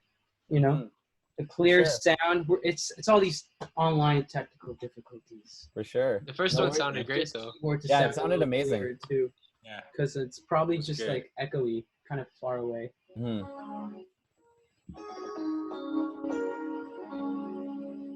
Sounds good. Yeah, I think that's pretty good enough. I could go on for hours, honestly. All right, man. Thank you so much. Thanks for thanks for having me on again. Like, awesome community, awesome. Like, everybody always kills it. I'm super amazed at, like, the consistent talent and the consistent amazing energy. So yeah, thanks guys. I'll put my info on the chat if you want to follow what I'm doing. Like I said, I'm just creating stuff every single day. So, like, on SoundCloud, on Instagram. Yeah, feel free to give me a follow, and let's keep the community and the art going. Thank you, Lou. Thank you so much, buddy. All right, one more time. Get up for Lou. Yeah. I don't know why I was doing this because my sound is clearly on. I don't know what I'm like. Okay. All right. So that was awesome, man. Thanks so much, Lou. The title of your album could be Does This Sound Okay? Or it could be Technical Difficulties. Just joking. But we can't wait for you to come back on, man. We absolutely love having you on the show, and you always just give us so much. And when we do the live one again, if anybody out there wants a copy of this video, you got to see this wicked video of Lou the first time he came to the 1017 showcase that we had there. He went on stage, and there was like so many people jumping on stage, just collaborating with. It was just like this amazing sight to see. It was super cool to be able to have that. So I can't wait till we can do that again, where we could get everybody all together and just be able to, like, create as a crew again. But yeah, thank you again, Lou. Really appreciate it. And he's putting all of his stuff into the chat box over here. So definitely be able to check out all the things that he's doing. We're going to keep this show rolling, though. It is so wicked. Oh, my God. So many great talent, so much talent in this room alone. If you look around here, there's so many people here that, like, have influenced all of us in this community, and it's amazing to see their wonderful faces. So our next performer is actually Michael. So where's Michael at? There he is. Is he kicking around there? Is he there? Yo, some guy. Are you there, buddy? Hey, there he is. Guys, give a big round of applause for some guy, Michael Orsini. Can you hear me all right? Yeah. Sounds good. Yeah, I wanted to keep myself anonymous until I performed. I hope that's okay. So dramatic. I was actually going to write anonymous, but some guy worked as well. Okay, so I'm going to play you guys some songs. I'm in a band with Dan. We're called Euphoria, but I'm going to stay away from those songs today. I'm going to play my own music. This is all stuff that's never been released, so hope you like it.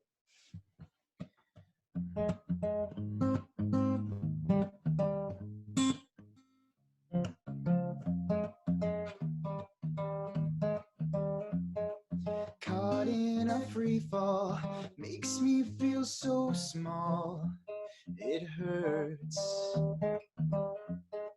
Trouble at home, there's nowhere to go. And it's cold. It's cold.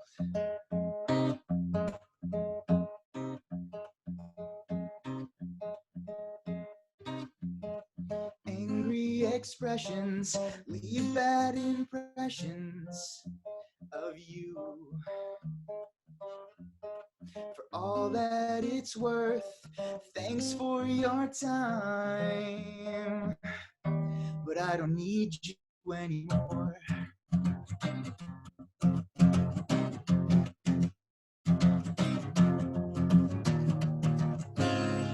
For half of my life, you were my world,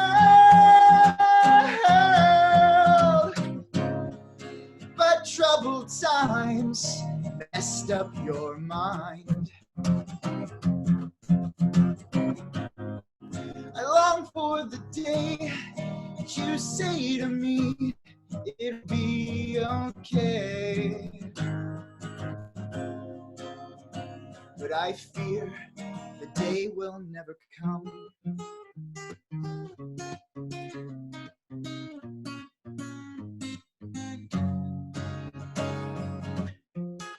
You always see the wrong. One day I'll be gone. I'll be gone. Gone, gone.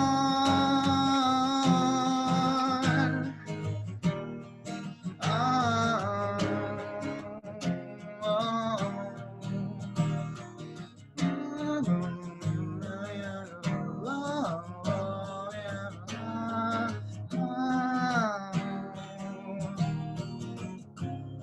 for half of my life, you were my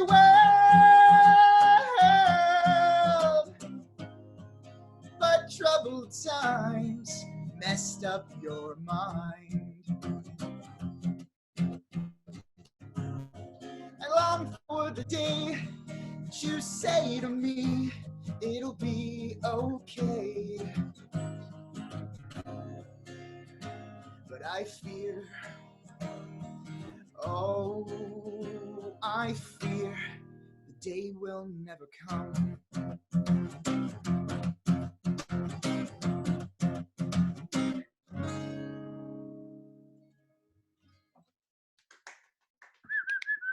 Thank you. Yeah. Yeah, dude, that's Did you awesome. hear that all right? Yeah, that was great. Thank you. No problem. Yeah. That was great. That was so good. When you get pissed at your dad, it inspires good music. Okay, I got a couple more. It's gonna get less depressing as it goes on. This is how I've arranged the set.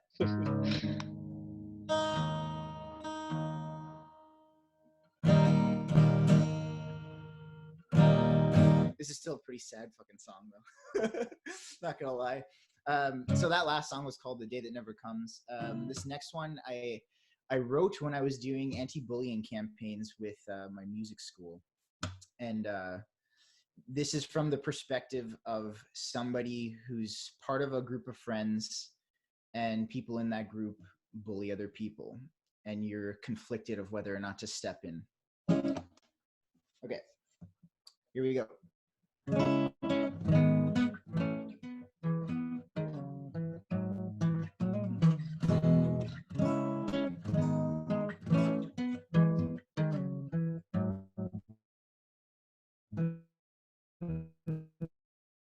In a hurry all the time, waiting to be left behind. Douse the burning flame inside. It's hard to see without the light.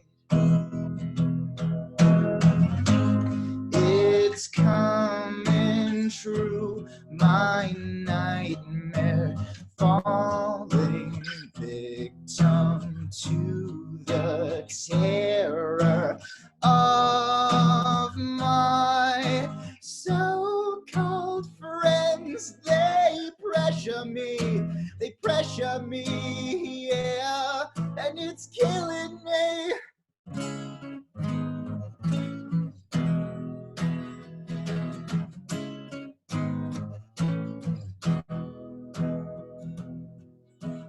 Right and wrong ain't crystal clear. Whimpering eyes instilled with fear. Pain for those who dance off beat. How can I just let it be?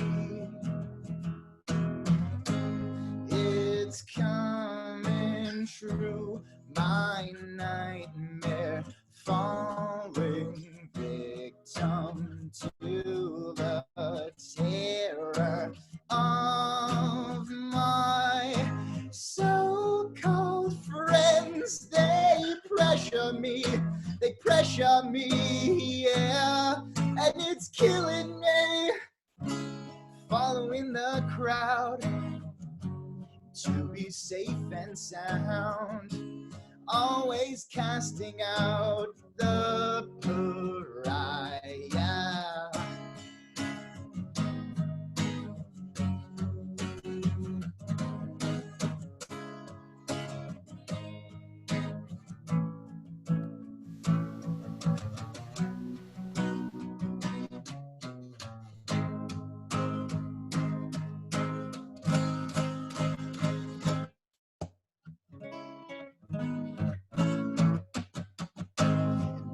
It's coming true, my nightmare, falling victim to the terror of my so-called friends. They pressure me, yeah, and it's killing me, yeah. It's killing me, yeah, yeah. It's killing me, say yeah, yeah.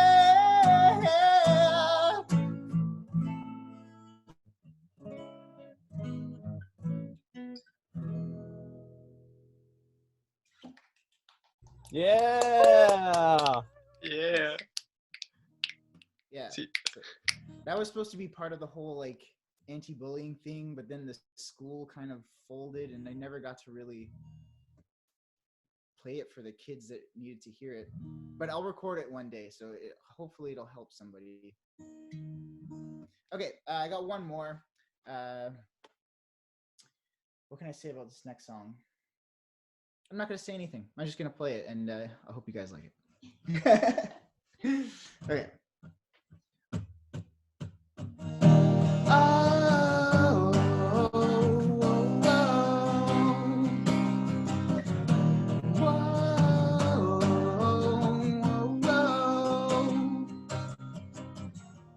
From a seed we watched it grow, high above the screaming crowds below. There's something that I want to know. How much longer do I have to wait for everybody around me to get on board and to believe that our dreams can be reality? Yes, it's hard until you break, but it's a risk I want to take. I'd rather die than work a 9 to 5. All I want to feel is something new that's real. Oh, you've got one more chance to prove to you that something real's what you want to.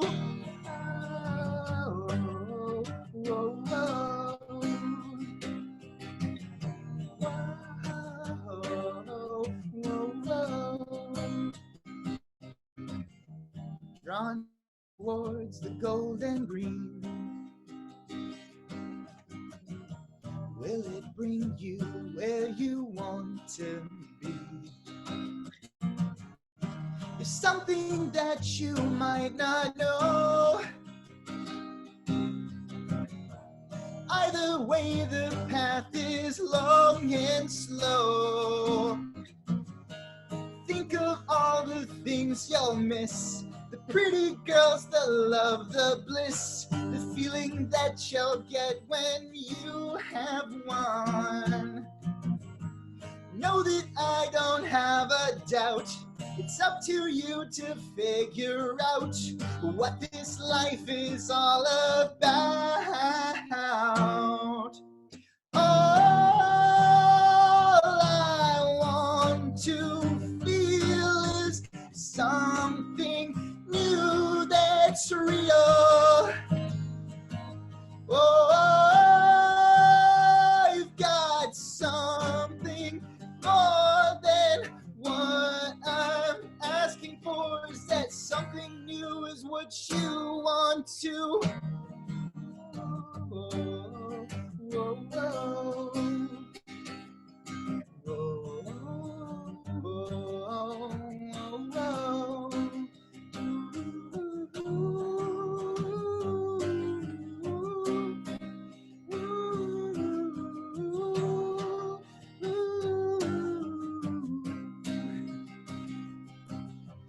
All I want to feel is something new that's real. Oh, I got one more chance to prove to you that something real is what you want. All I want to feel is something new that's real. Whoa, I've got one more chance to prove to you that something real is what you want to. Oh, whoa, whoa.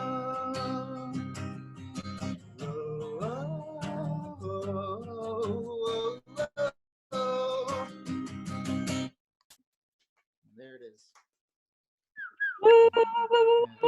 Yeah. That song's called Something New, and I'm sure it was for all of you. Thank you so much, man. Love it. Yeah, That was awesome. If I have some time, I've got to. If you guys want to do some Q&A. Oh. Anybody have any questions? Anto, Dan?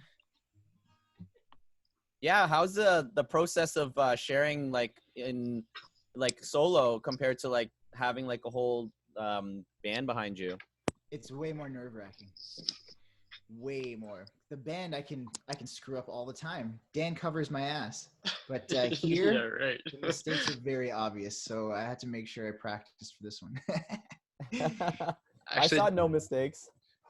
The video that I opened the day with, Michael did write that song as well. So that's a good example of like a song after production versus a song just written and performed really raw with just a voice and acoustic guitar. Yeah. Oh, that's awesome. You showed the video. Cool, man. Yeah, we opened with it. Excellent. Yeah. Well, if you want to support Dan and I, just share that video tomorrow. That'd be awesome if you guys could do that. And it's been a pleasure playing for you all tonight. All right, everybody. One more time. Give a big round of been a applause pleasure. for some guy. Great job, Michael guy. Orsini. Yeah. I'm gonna change my name back. Yeah, no I'll worries. hang out for the rest of the Sweet, session man. too. I love how dramatic it was. It was just like, no, you can't see anything. And then when he plays, he's like, I'm ready in my studio. It's so great. Guys, one more time, though. Like, I love being able to give lots of love to Michael for joining us. This is his first time at the show. So give him lots of love. Send all that, like, send that antler love, right, Crystal? Oh, antenna love. Yes, that's what you said. And also, anybody else out there who's eating magic mushrooms, shout out to you guys as well. Also, we have a couple regulars that have come, and they haven't been here for the last couple weeks, and I wanted to take a moment. I just touched my chest as if I was receiving like a very important, prestigious award or something, but that's not, but like I actually feel like so grateful for them. So a big shout out right now to Jin, who's out there. Thank you so much for coming and joining us. Huge love sending out right now to Blaze, who's out there. He's out there with his sister, as well as Malcolm too. Lots of love to you guys, as well as to Velvet. Thank you for coming out, as well as Crystal. I know this isn't your first week either, so We really appreciate you guys coming multiple times, and to all the new people who are joining us as well. Thank you. And of course, Raisa, who's here. I think Raisa does more promotions online than I do. That's how good Raisa is for the community. We absolutely love you. And we're getting new people every single week, and we're so grateful for that. And we have some of them on the open mic later too, like Jim's, who's here every single week. He's going to be on the open mic. If you want to be on the open mic as well, please let me know. You guys got to let me know, because then we can put you in. We only have 1 or 2 spots left. We really want to be able to hear from as many of you guys as we can. Also, during the week, if you're like, oh man, I actually can't make it till like later or whatever, you could contact us and you could be on the open mic as well. And before though I move on, I also want to give a very special shout out, and she's very much gonna smile, and because she's always smiling when I've seen her. Aisha's in the room as well. She runs a Friday show that I went to yesterday for the first time, and I've been feeling guilty. And I like kind of hesitantly went in, and it's so funny because the show is has maybe like 12, 13 people. And then, so I was like, oh, maybe I'm just going to sneak in and nobody's going to notice. And then literally they're in the middle of like sharing. And then Aisha's like, oh, by the way, hey, Anto, did you want to share? And I was like, oh, like right away, I was on the spot. So I want to give a shout out to Flow Friday. And you can find that on Instagram as well. But every Friday they do incredible discussion and then an open mic. So just a big shout out to Aisha. You're doing an amazing thing over there, and to be able to welcome me so beautifully, I really appreciate that. So it has been such an awesome show so far. I'm actually going to share one thing before I have our final act of the day. I have a chapbook that I created for, actually was released on Valentine's Day at 10/17. Which I'm super grateful for. We did like a whole weekend of programming. It was like all about like the art of love and the love of art, kind of like both at the same time, and the beauty of that. And this was the last poem in my chapbook, and it was actually about feeling free finally after all the emotions and all the challenges that I went through in that. And I've actually never read this out on a show, and I just thought that because our next performer has inspired me so many times to be able to like share poetry, share myself, I thought this was the perfect poem to share. And it is a very short one, which I don't usually do with performances either, but it is such a meaningful one to me to be able to connect and feel free. So this one's called Free Dom, because the person that it's about, we had a little bit of a Dom fun. Anyways, okay, so it stopped being hours at some point. The hours multiplied from one visit to the next. Multiple lies, I cried out for you, typed every word I knew. The ink stopped speaking to you, it began healing me. I miss you almost every day. This blinding fog drifts away. We are finally free, separately. Yeah, that's the whole poem. So yes, yeah. I feel it. I'm free. There's nothing that I love more than one of my co-producers mocking my heart. I'm just joking. I thought you were going to say making somebody cry. Yeah. But it is. I'm very grateful, and that also goes out to another shout out that I wanted to Silva, who edited this entire chapbook with me. So Silva, thank you so much for your time, your energy, and to be able to work on that with me. It has been an absolute honor to like grow in this community together with so many of you guys. And I literally can be shouting out every single person the entire night. But I tried to like condense it all as quickly as I possibly can. So our final performer, I hope that she's around. If she's not, oh, yes. All right. So our final performer,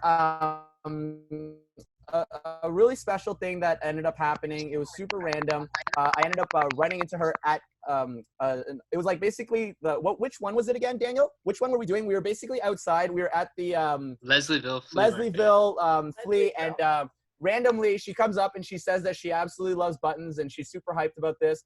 And then I tell her about how much I love writing, and then she's like, I love writing too. And then I tell her about my typewriter. And then she's like, oh, that's so cool. Like one day I'm going to get a typewriter. And then she leaves.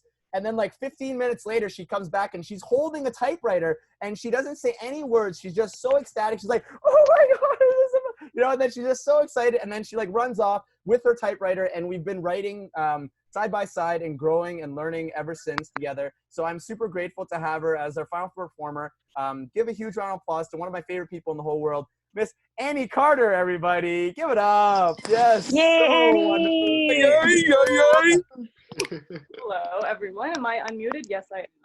Okay, I actually had to like move down to the floor because I'm feeling like really anxious right now. Like really anxious and really nervous. I don't know why, because like I see you guys all the time and I love you all so much, but like, yeah, it actually kind of ties into what I am about to talk about. So, wow, Emily. So my sister just tuned in, like literally just a second. That's really weird. But anyways, so what I wanted to talk about tonight was mental health and my mental health journey. So I have 10 minutes, and that is definitely not enough for everything that I could say, but it is Mental Health Awareness Month. I see that in the chat. That is also why I'm coming out and, you know, talking about it. So like as a child, I was always very happy. It was just, I had the best childhood. Like me and my sister would go outside, we'd play with all the neighborhood kids, we all got along. It was just honestly the best. I can't even imagine having a better childhood. And I remember the day that all shifted, that kind of my world took a turn, and I wanted to share a poem from that day.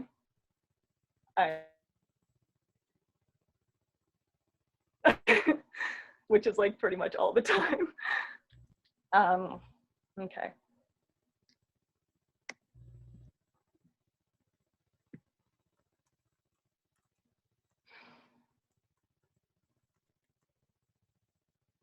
I left, grade 5 at the time.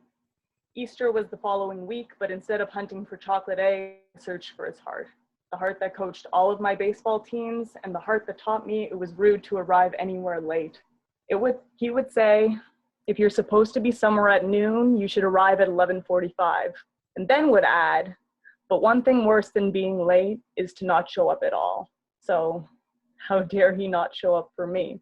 From sitting on his knee with glee to smoking tons of tree, can't imagine how I'd be if he'd never thought to flee. Carefree? Gee, let me come up with a plea. I'll clean my room, get an aide, do ballet, tune and fix your Chevrolet. I'll do anything you say. You won't even have to pay. Just stay.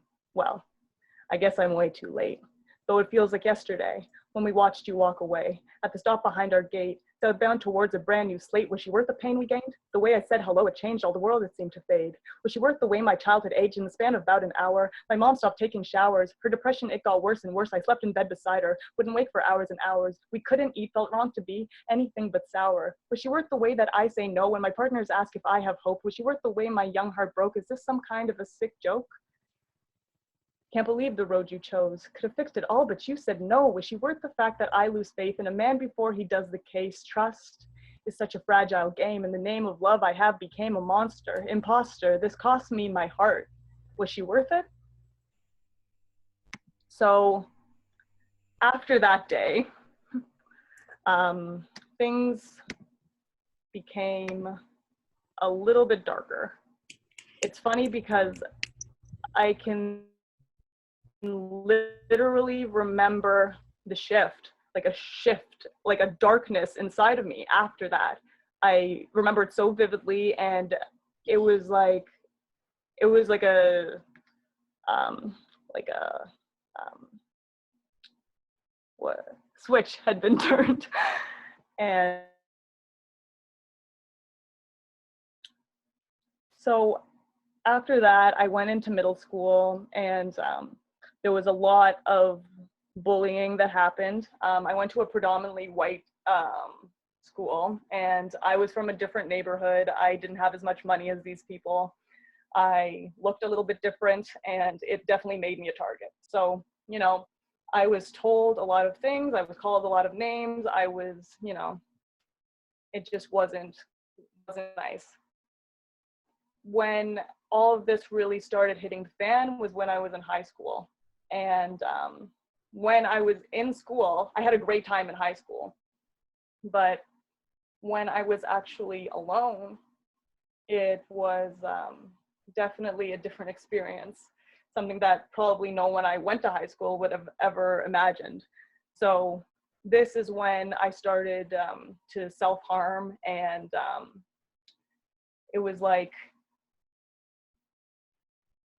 it's weird to explain, because like it was almost as if when I would self-harm, it made me feel better. As strange as that sounds, it's like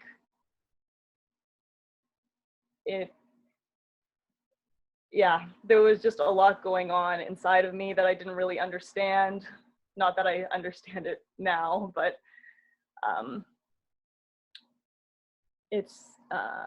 that was just a really hard time trying to figure out what exactly was going on and why I was doing these things and why all of that was, going on. And so after high school,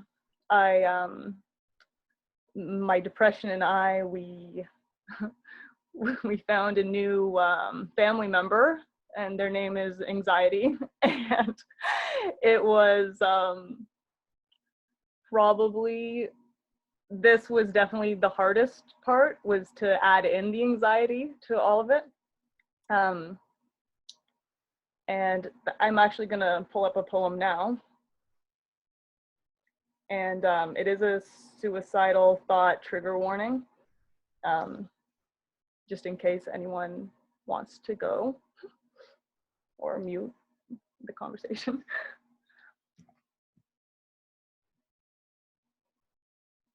Okay. Some to my parents, past and present partners, most to my sister and few to my friends, all apologizing for what I had done, the things that I've said, telling them it wasn't any of their faults, saying how much happier I was wherever I'd gone. I have written many suicide notes, but have never finished one. I'm not sure if it's because of my tendency to trail off, leaving projects unfinished. The procrastinating princess swoops in to save me once again, or this heart may be causing clots to my pen because I cannot take to hurt them again. I will never leave my mother, for she herself fought the deadliest beast I'd ever seen. There was downcast on her heart, sorrow through her veins, the purest of melancholy. But through the darkest of seas, she never left me. She hung on for me and stayed for me, even came up with strength to pray for me. She is the embodiment of strength, and she made me, and I am she. So maybe, just maybe, this was meant to be. I have to hold on even just for this moment. Sit down in bed, maybe cry for this moment. Lie in this moment, say, I really don't want to die in this moment. My father, he doesn't show too much emotion, but set me in motion to laugh through the pain, gave me the gift of switching up sorrow and making it funny. While I lie on the floor, I feel so fucking ugly. Turn to the mirror, suspicions confirmed, I laugh. I'm not sure if I'm crazy or if he's shining through. Either would do, but he is always on cue. And speaking of cues, when I'm feeling the blues wrapped tightly around my neck like a noose, I always receive a text from you. Even if you don't know, even if we haven't spoken for months, and in some cases years, you come through and talk about how there's nothing new. No matter how far you feel in your heart that reaching to me is the right thing to do. You got that strong intuition, diffusing my mission. It's always whenever my heart just won't listen. You make me believe that love is true. You don't know what you do, but I'd like to thank you. And now, this is for my inspiration. Always laughing at depression memes, because you and I, we know what they mean. There has never been one to fly over our heads. They all make sense, and you can only laugh if you've spent multiple days in bed, gone weeks without shower, lost all of your powers. This only sounds dramatic to those who don't understand, but you understand, and that empathy saves me. On the days where I don't know myself, turn from reflection, touchdown with pen, I pray to never sign my name at the end.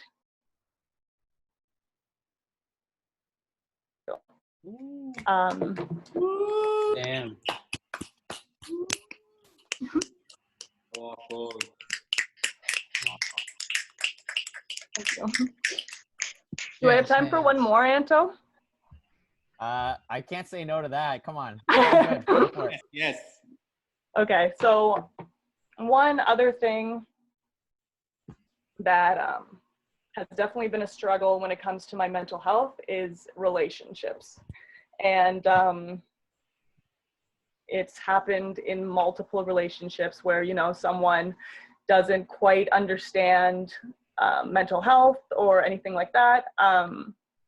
And it has, well, I'm just gonna read this one last poem, and it's pretty self-explanatory. Okay, where is it?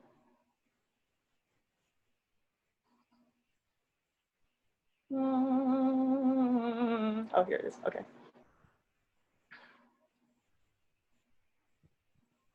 I stared at the wall for dinner.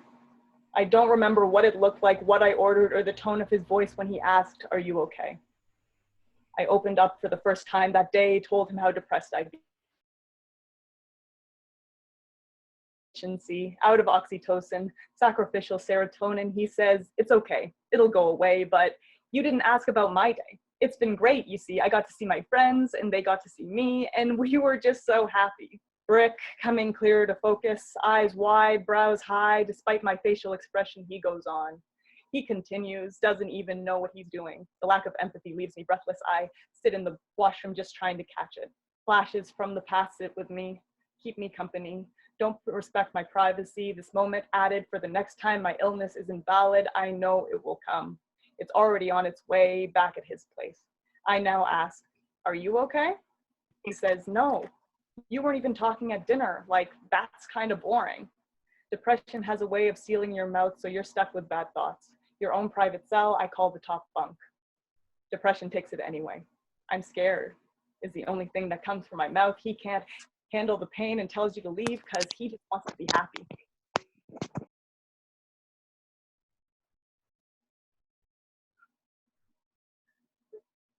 He just wants to be happy. Okay, there he is. I sit on the couch now begging him, "Please, I don't want to be alone. I'll sit over there quietly." Get out. I have to go see my family so I can relieve some of this insanity. Sobered by the fact I see my ex in his face, this time our own apartment. I'm bound to our fate. He comes home drunk. The hall light illuminates half his face, standing at the door, screaming I'm fake. I wish I were. He doesn't want to hug me. Passes out on the couch, and I don't sleep until the sun comes out. The light gives me comfort that one day I will see the light that shines down on my bed, grandfather's house. So tell me again why we're breaking up?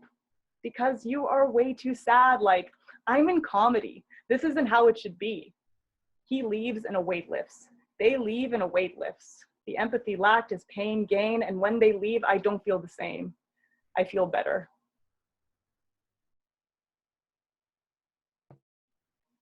So all I want to say to finish that off is that any traumas that you've gone through, they may not be your fault, but it is your responsibility to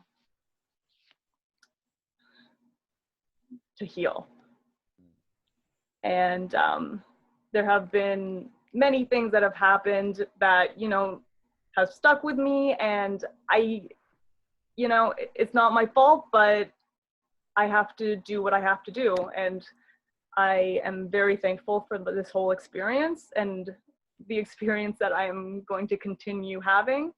And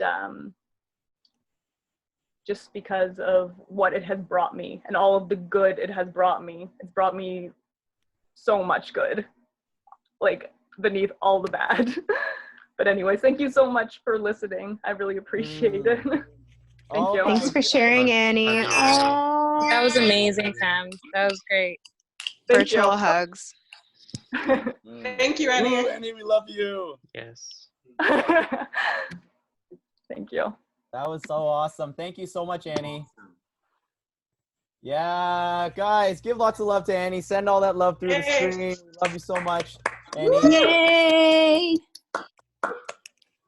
All right, guys. Annie had time for a poem, but we don't have time for all your cheers. All right, take it easy. We don't have enough. I'm just joking. I'm just joking. Absolutely, like, really appreciate. It is such a warm community as well, and to be able to speak about such important things and to be able to speak from your soul, like this poetry that you're creating now, I've just watched it evolved from October until now, and just be able to hear like even the evolution from the first poem to the third poem, and like how much deeper each time that you shared each one, just being able to see it all together in this way, it really captures the journey. So thank you so much, Annie. We love you so much, and we're so grateful that you're a part of our community. And just a really quick moment too, I want everybody out there to know who if you like our Instagram page at FreeFlow Showcase, Annie runs that shit, and it is so primo, guys. It is done so well. So huge thank you to Annie. I really appreciate that. And you being able to be a part of our community. You're really helping us shape it to mean like so much, to have the community of people supporting us.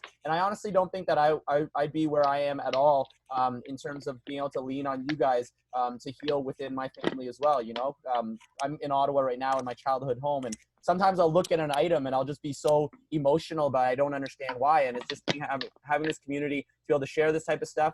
Thank you again. So if everybody wants to send that love through one more time, Annie, we love you so much. Thank you. Oh yeah. You're like, that's enough. That's like 6 times. Okay, cool. So we got to roll into our open mic. But before we do, I want to let you guys know that we also are on Patreon. Daniel is going to actually take over the screen really quickly. We want to show you guys what we've been doing on Patreon. So we have videos here. And if you're able to donate anything and give to us here, you're able to actually have the opportunity to see some of these extra videos that we have up there. But we're just building a community here. We want to be able to pay our artists and be able to let them know how much we appreciate them coming through. And if you're ever wanting to be on the show, like we mentioned before, let us know. We're booking into June now, and we would love to have you guys. So this is www.patreon.com/FreeFlow Showcase, all one word. So thank you guys so much again. And we're just going to jump into our open mic. Our first open micer they're not an open micer. They do the show. They've headlined the show many times. Part of our co-production crew as well. If everybody wants to give a huge round of applause to Ash Gilly coming up here. Big round of applause. Yes. Whoop, whoop. Hey, what's up? Beautiful, beautiful community. I love your hair. Oh, thanks. I cut bangs today. Yeah, check it out. Like an 80s girl. I fucking love it. Annie inspired me. Thank you, Annie. Beautiful. Yeah, that's awesome hair. And Annie, that was you're such a good writer, Annie. Like it's so such a good flow. You're so well spoken, so articulate in your writing. It's so powerful, and I can really hear like the pain in your words. I just want to resonate with you and say thank you for sharing. That was so special. Thank you. Thank you. All right, I can resonate with a lot of things everybody has said tonight, but we don't have enough time to go through all that. And when I used to come on here, I used to take the time to say hello to every single person, but the community is growing so big now. I don't know. So anyway, I just want to say thank you to all the performers who came out tonight. You all did a great job. Amazing. Okay, so my name is Ashley Gilmore. My platform is Soul Sage Music. That's who I am, Soul Sage Music. You can find me on Instagram and on YouTube. It's all one word. I also have a couple projects on the go with various artists that are in the room tonight. One is Daniel Salee. He's like in Mike's band. He's also my bass player in my band as well. And yeah, community, man. That's what it's all about. We're so happy to have Mike here tonight too. I just want to say thank you, Mike, for coming. We hope you come back every week, you know, and bring your friends. Yeah, and with Lou as well, and with Daniel and Lou. So anyway, I'm just gonna jump right into it. I want to play a song tonight. It's one of my originals. I was gonna do something different, but I just decided to play an original. I think Mike Ursini inspired that, so thank you, Mike. All right. So this song is called "Lovely People," and it's a song I dedicate to all of you because it's about lovely people. It's about like initially it was about like, oh man, I'm really lost in this world right now. I can't seem to find my center. I'm a little scattered, you know. And then you meet somebody or you have a conversation with one of your like co-producers on the phone, or I don't know, a friend is there for you, or a total stranger, you know. And they're just lovely and they're kind and they want to, you know, they feel compassion for you, and they really see and they really hear you. You know, they're not trying to like fix you or offer you advice. They just want to be that reflection for you, you know? So that's what the song is about. I'm also gonna throw in a little mantra in with the song. But here we go.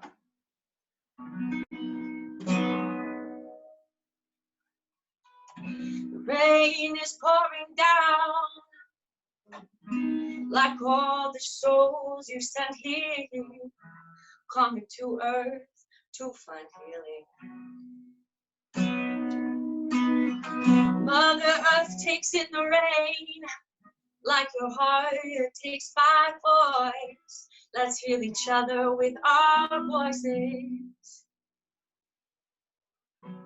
It's Friday night, the sky looks green. You're thinking too hard and you're not seeing. Wrote a song where your guitar's out of tune.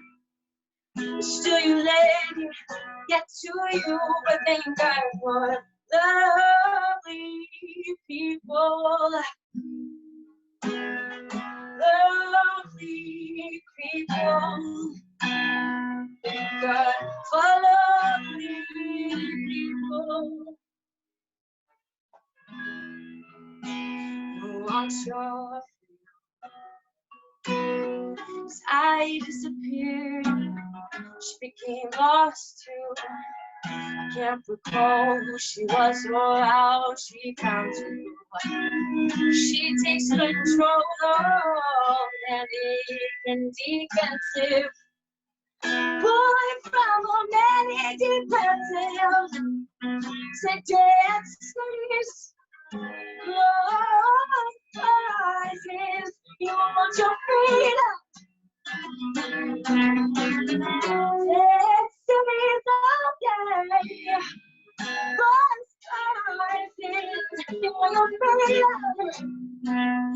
She keeps telling me to keep my head up,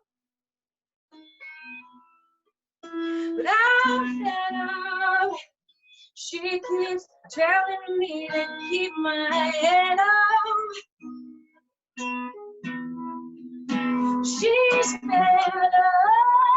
She keeps telling me to keep my head up. I'm fed up. She keeps telling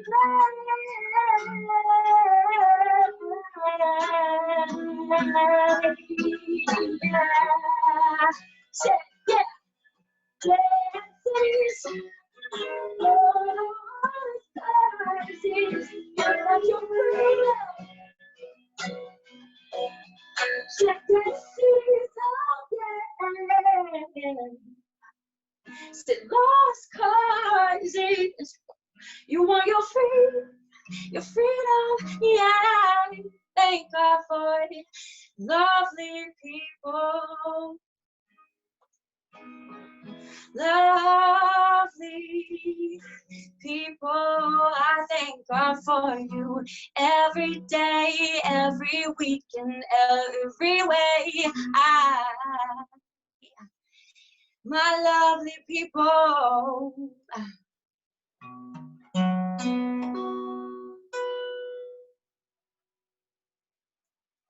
Woo! Yeah. Woo! Yeah. Okay, so thank you guys. So I just want to say one thing to everybody. So this is what I wanted to tell. I was telling Anto about this. So this is not just for the end of a performance. And the reason why we do this is because we're on a Zoom call and we want to acknowledge each other and we want everyone to feel seen and heard. So it's not just at the end. You can do it anytime. If you feel like somebody's singing something, they're talking about something, they're saying something, and it resonates within your heart, give them some of this. Even if they're in poetry, just feel it. Tell them, you know, because it's just a good way to function, I think. Anyway, thank you guys so much for being here. You guys are all such a joy in my life. Have a wonderful, wonderful, wonderful week, and I'll see you next Saturday. Yay! Give it up, everybody! Ashley! Woo! Yeah, absolutely amazing. Ashkilly. Yes. Thank you, Ash. Ashkilly. Just really quickly, I wanted to highlight some of the things that people were saying in here. They said, beautiful, love your light. People say, there's amazing vocals, just like so good. we really appreciate everything that you're doing, and you're helping me grow so much as an artist and as like a person. And some of the conversations that we have are just like, and I also never met anybody who records such long, beautiful, personalized like voice audio messages, and I just appreciate them so much. I've actually listened to some more than one time. You just give so much love. So everybody, give a big round of applause one more time for Ash Gilly, sending that love like you want. There you go. What someone just wrote, Ashley is such a gem. Yes, Aisha wrote that. I totally agree. What a gem that you are. So let's keep this open mic rolling, though. Okay, so where is I don't think Delaney's in the room. I have not seen them. If they are here, please raise it. Nope, not in here. Also, I wanted to give a quick weird, I don't know if it's an anti-shout out, but it's a hilarious shout. Whoever Aaron Trainer is, your picture has got me like, it mixed me up like 4 times now. It looks like you're actually there. And then I'm like, look, and then I'm like, oh, they're really enjoying it. But it's like, they're adjusting their picture. So, oh, hi. I am here. Yeah, okay, no, but I mean, your picture, it's like you reaching for the camera. So I thought that you were actually there each time, you know? And then I'm like, oh, it's not actually, it was just a picture of you. So I thought that it was wonderful. But thank you for joining us. I absolutely I'm so appreciative of you being here as well. So we're gonna jump into the next performer. We got Risa. Where are you at? Risa, there you are. Okay, here you go. Risa. Hi guys. Hey, Risa. Hey. Everyone's been so amazing tonight. Y'all have been killing it. I'm so proud of all of you.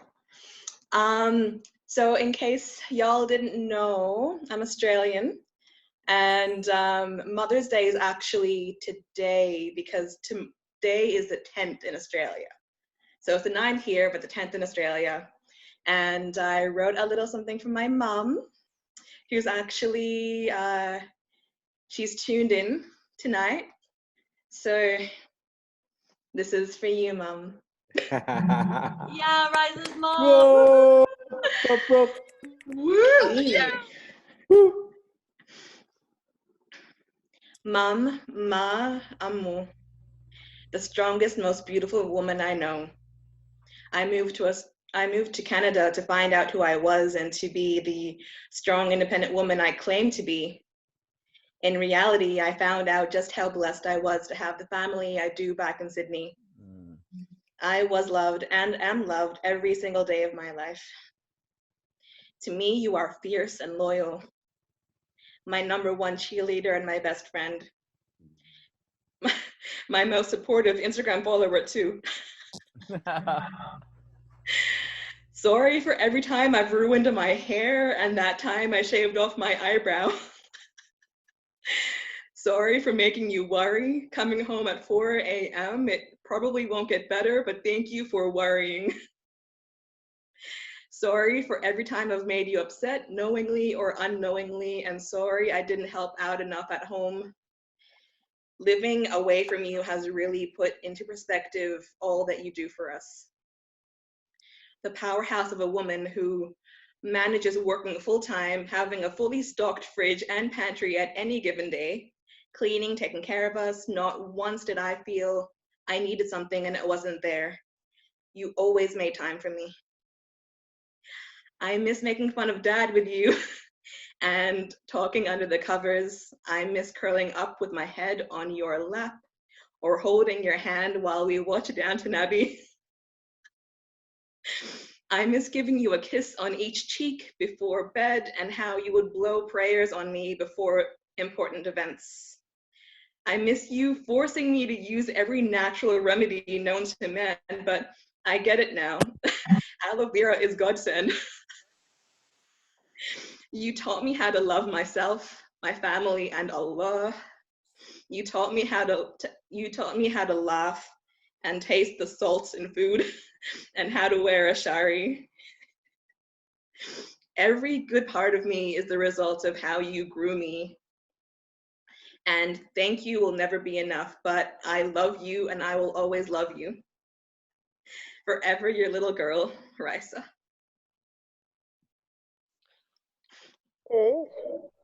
Beautiful.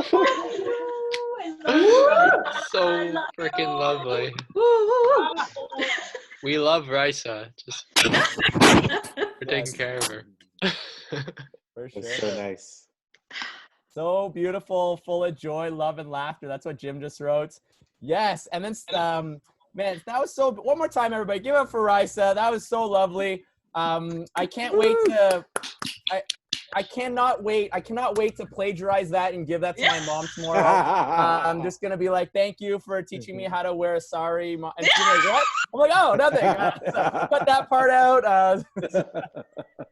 Oh man, thank you, Risa. That was so beautiful, and you can feel it comes from such a loving place, and like the distance that you guys have right now, it's only so much when she's in your heart like this. So thank you for sharing your tear-filled words as usual, which I always appreciate. I love the emotion that you have, and also you being a part of this community has just been an absolute like honor for us. We just feel so like lucky to have you, you know. So thank you for coming around and being there for us, all of us, you know. So all right, I feel I want to make sure I honor everybody as much, but I also gotta like, you know what I mean? Like it's like when you're the conductor on a train and you're like, all aboard, let's give all the gratitude to everybody here, but we got to keep this train rolling, you know? So our next performer who's coming up here is actually someone who messaged me privately and was like, if you want to put me at the end of the show just so we can get everybody else on, you can, but I'm not going to do that. We have enough time. So we're just going to put Jim on next. So give a big round of applause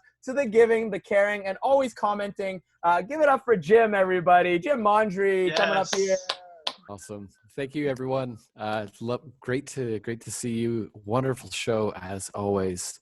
So tomorrow is Mother's Day, unlike those trailblazers in Australia who are already celebrating Mother's Day.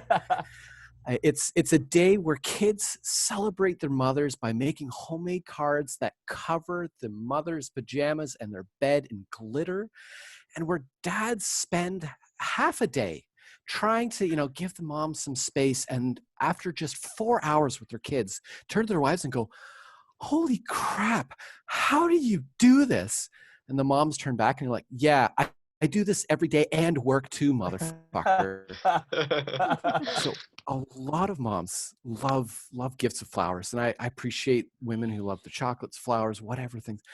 I feel really blessed because my wife just doesn't really want those sorts of things. She wanted 2 things for Mother's Day. She wanted chocolate chip banana muffins from a local coffee shop and a chance to binge watch Dead to Me.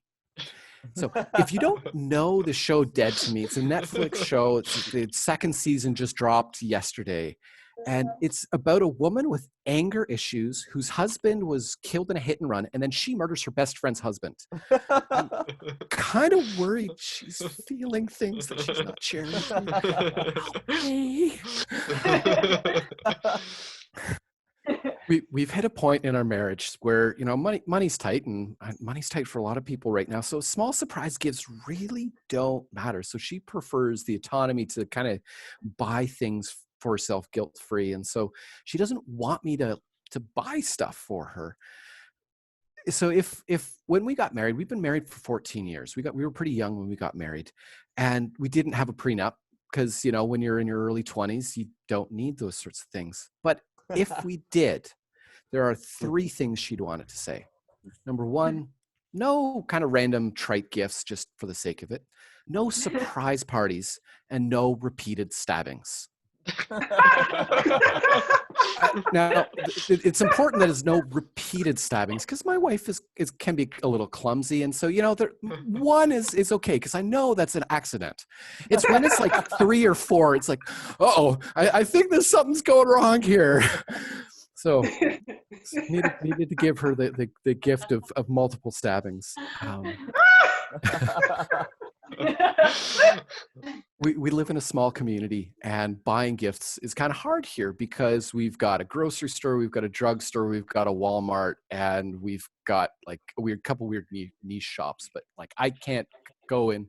Like when I lived in Ottawa, there were all sorts of neat places I could go find something cool. Toronto, obviously, tiny town, no. So now the only options are I either buy her something from the drugstore, which she doesn't want, or I try and buy something online. But the problem is neither of us drink.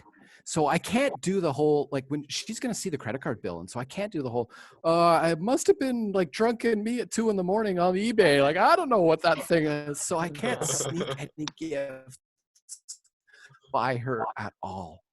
So I sometimes kind of feel guilty. It's like, it's Mother's Day. I want to show you I love you and appreciate you. And so really, I think the best thing to do is just stay out of her way and make sure all the knives are quietly tucked away in the in the dishwasher so that no one gets stabbed.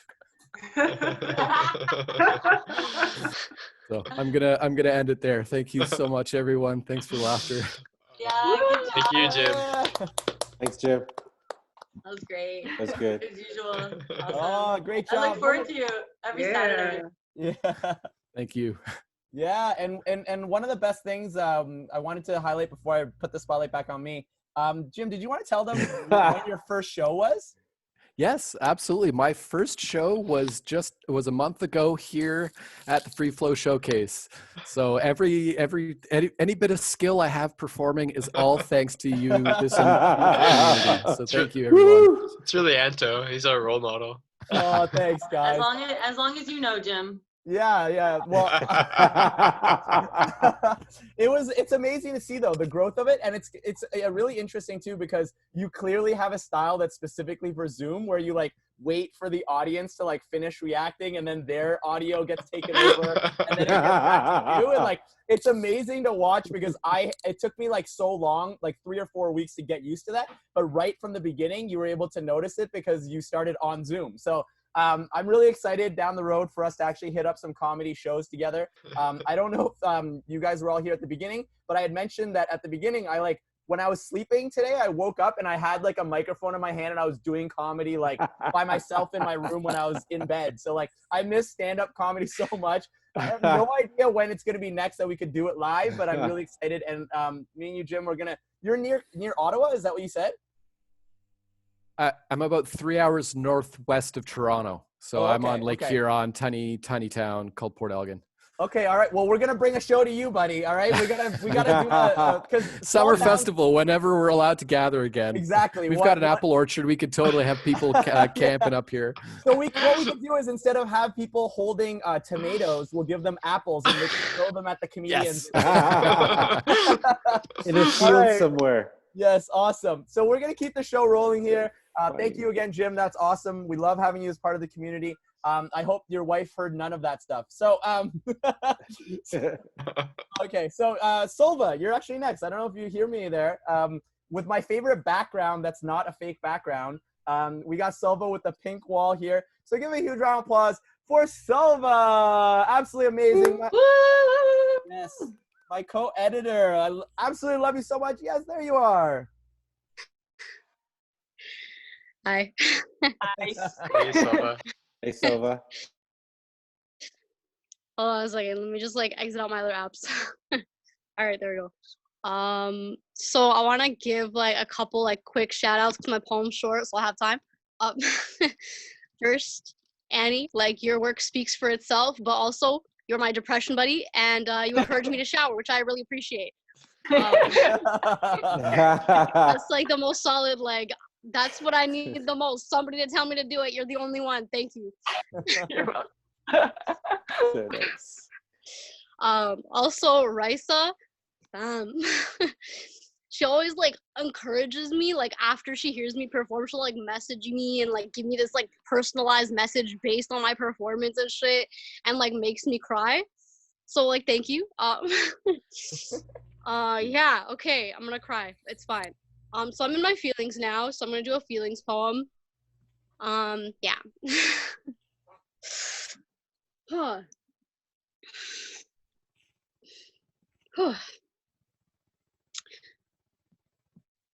I don't talk to our friends anymore because you are all they want to talk about. I listen to them blame themselves out loud, but read between the lines as they blame me. I was the one who watched you go and did not go after you. I wonder what would have happened if we never introduced you to.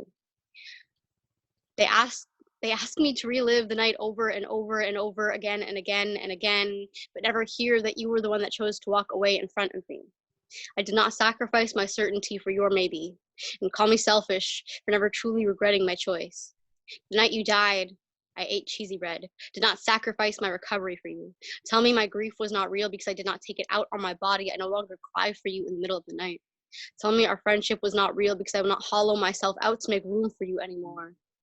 For every night I wished it were myself, I lay down living and wake up the same way. I am still here, still alive, and I will not apologize for how I chose to get here. That's it. Yes. Woo, thank you. Yes. Yes. Awesome. Silva. Yes. Beautiful. Yes. Silva, did you have one more quick one or you're good? I'm good. Thanks. Okay, cool. No problem. Just thought I'd ask, you know, sometimes when it's a shorter one, I just thought I'd check in. Yes, but thank you so much for that. Huge shout out to Silva as well. Like, so beautiful to be able to see such incredible poetry being shared. They actually work with the Toronto Poetry Slam. So if you ever wanted to check out some of their stuff too, please just definitely go online, and they have incredible videos up there. And then whenever it comes back, maybe we'll all be able to slam together, but it also is an online event as well. And Silva, you're definitely representing poetry so beautifully. So thank you for consistently pushing us all to just be better, you know? So yeah, okay, great. So we're actually gonna keep this rolling.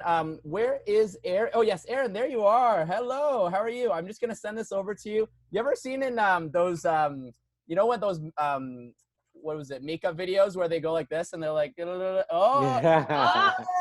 like, that's what I want to do. Like, and you like toss it to the next person. Okay, that's Yeah, what we're doing right now. drop like a mic or something. There you go. Yeah, and then we'll send it to That you. would There be you great.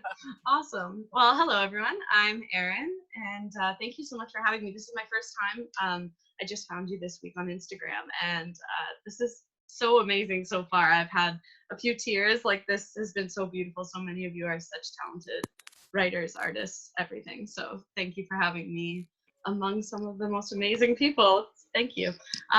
So I'm just going to play some originals. So I have my first original here is called Shattered. I hope you like it.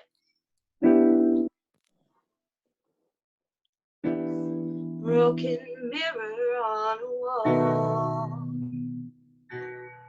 7 more reasons to fall. Crosses thrown in my frustration. You'll never leave this godforsaken place. Shattered pieces on the ground. Missing person still not found. Let the door slam in the faces you recognize. Promise me you'll never meet their eyes. Not again. People see what they need to see. Darkness breeds what it can only breed. It's easy to feel helpless because we are. No, we haven't come that far, no.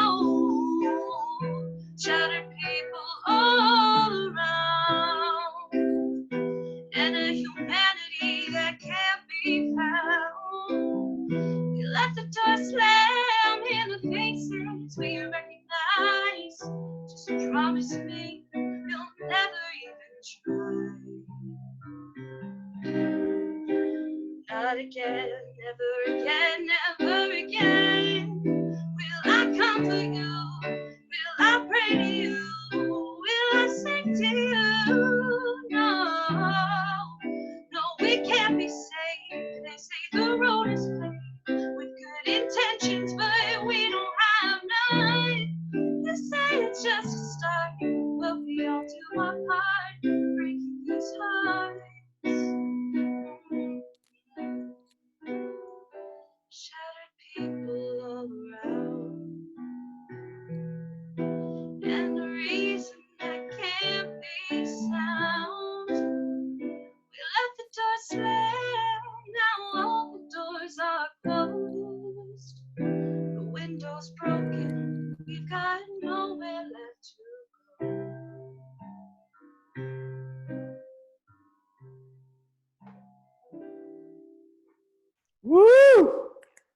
Awesome. That was amazing. So good. Wonderful. Amazing. So. Oh, thanks so much. That means the world. Thank you. Oh no, sorry.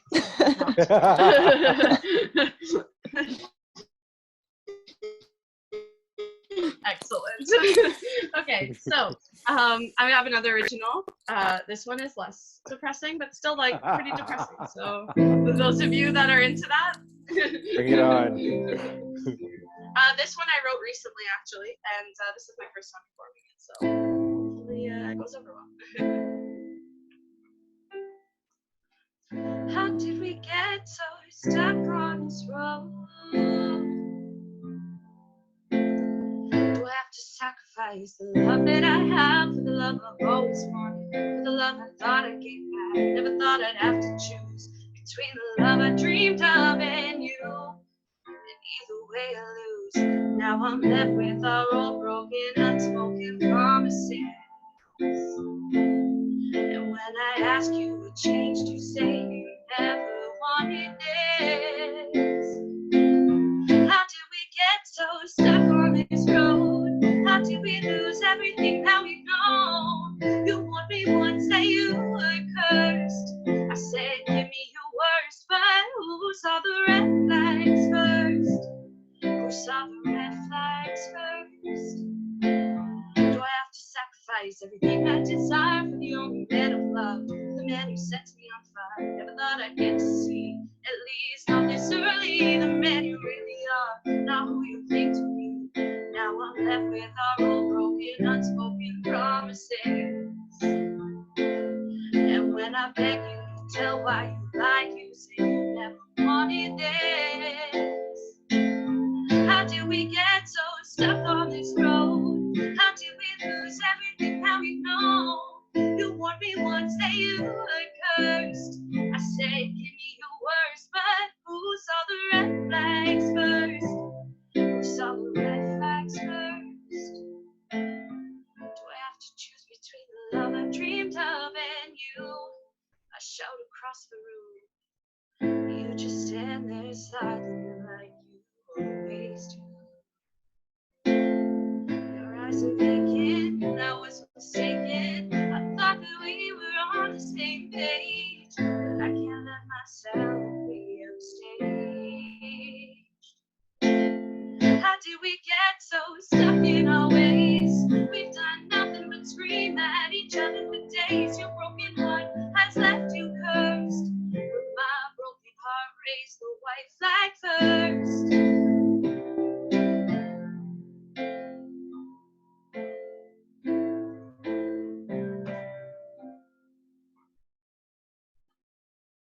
Thank you. Yay! Woo! That was awesome. Thank you so much. Awesome. Where are you from, by the way? Where are you from? I'm from Toronto. Whoa, Tina! Whoa, big up the six. Yeah. And you saw it Thank you on so Instagram? much. You saw it on Yes. Instagram?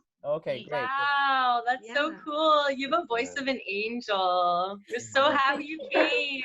Thank Come you back, so much. please. That was so lovely. I'm so happy I came. Thank you so much. Yeah, please come back. Thank you. That's amazing. Come back. All right, Thank you for thank all you, the nice Aaron. comments. Yes, thank you. It's so lovely to have new people come through and for them to be so talented. Just to let you know, we usually only let people do one song for open mic because you were so great. We were like, we gotta let her do two. Like that was just amazing. Not to say that anybody who's done it, I'm not saying that you're not also great. I'm just saying in this situation, don't be so like. Okay, anyways. I'm Great sorry, job, but thank you so much. Aaron. Thank you. Amazing. And right off the top, you're like, yeah, I'm going to do two songs. And we were just like, should we? Yeah, we definitely should. That was great. I'm so sorry. No, don't be sorry. We really were honored that you found us and that you're able to share and you were supposed to share that stuff right now. And I honestly don't believe that any song that supposedly is depressing, what I think is beautiful is that the sharing act is like a direct reflection of the healing that went in to get to that point, to be able to share that. So for me to be able to like watch you share something that is so deeply personal and that you might have been challenged with and been hurting throughout, but to be able to share it in a large group of people in this way and to do it so like powerfully. It just means a lot to a lot of us. So thank you again, and we really hope that you do come back. I feel like I'm trying to sell you Girl Guide cookies or something, but no. It's like, you're great. This is awesome. Okay, cool. So we got to keep the show rolling. These tracks got to go. Sometimes the conductor talks a little too much. I'm just going to call myself that now. I don't know. It's a new nickname, I think. So our next performer, I've actually done comedy with them multiple times before. They're coming from the Buckingham Palace, I think. I don't know exactly where that is. But give a big round of applause for Sam Reedy, everybody. Big round of applause for them coming up doing some comedy for Thank you. Thank you. Yes. Yeah. Yes. Oh yeah. Woo. That's Yeah, beautiful. my English mom gave me the brownest name ever, Samriti. And the funniest part is that Indians come and tell me, they're like, that is not how you pronounce your name. Shit. Yeah, like after. Shit. Yeah, but yeah, if you can't guess from my accent, I'm from Whitby, Ontario. Yeah, I am. Would have never guessed. I'm from Whitby, Ontario, and I love colonialism. It's like white people in brown people land, brown people being kicked off said land, white people king of aforementioned land. Yeah. But really, had it not been for the English and the Indians doing the nasty, I wouldn't have graced this earth. So I love colonialism. Yeah. So the first time I visited India, I was very excited. Like my patriotic ass was on fire. I was like, I am coming home to my country and my people, and they will love me. So the minute the plane lands in New Delhi, I ran away to this butter chicken place, and this really tall Indian server comes and talks to me, and let's call him Mr. India. Mr. India. So Mr. India comes and talks to me, and he's like, can you eat spicy food?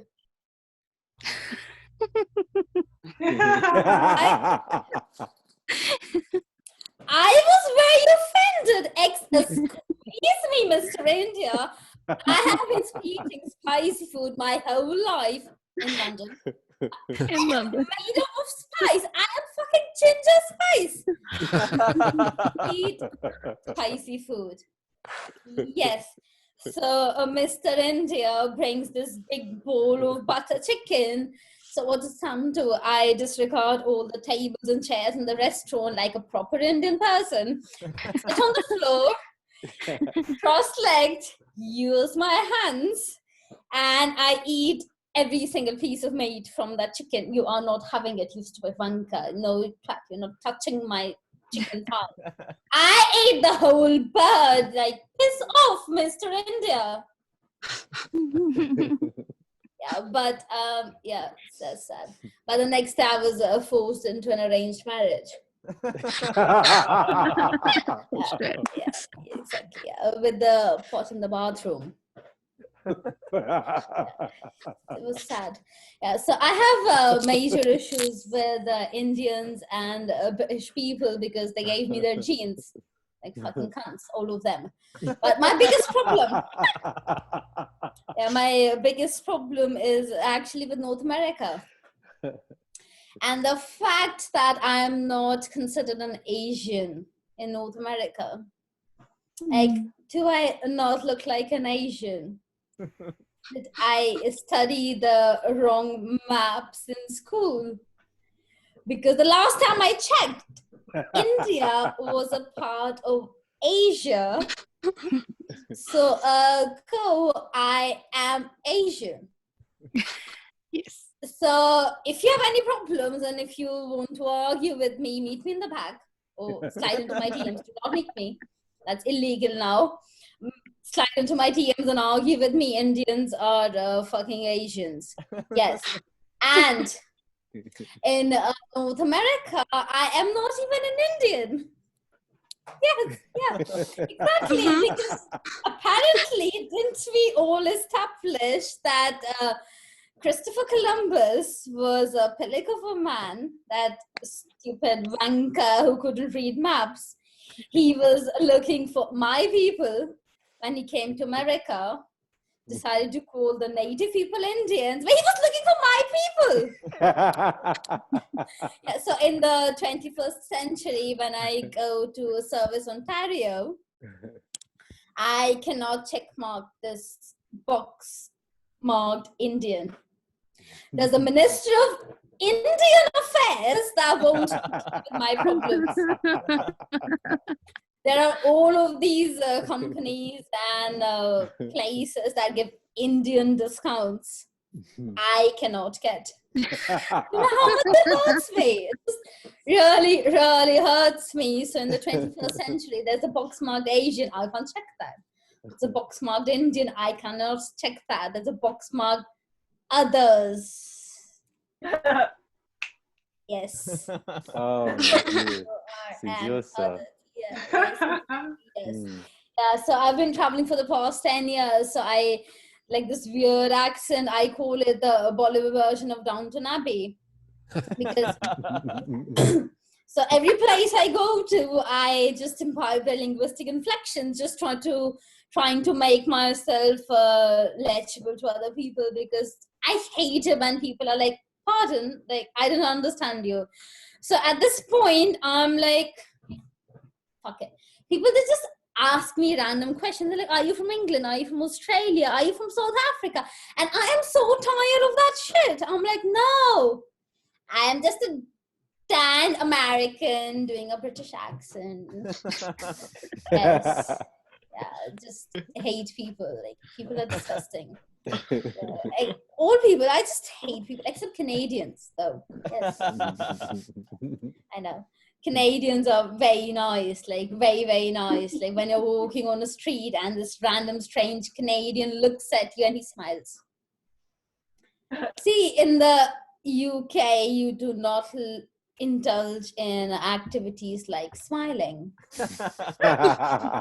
No, you don't. You, even if you're stuck in a tube carriage and you're about to kiss the person, you do not make eye contact with them and you do not smile. Like, are you a psychopath? Are you a serial killer? No. Do not smile at strangers. But if you are a complete wanker, you will smile at a stranger. And if it's a Canadian, they will come and talk to you. And then when you have a conversation, they will ask you, like, are you from England? Like, no, I'm a tan American, just doing this British accent. Yes.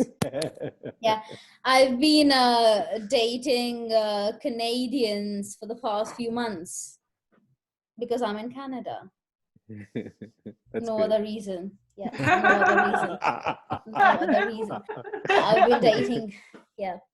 So if you're tall, dysfunctional, and jobless, I will date you.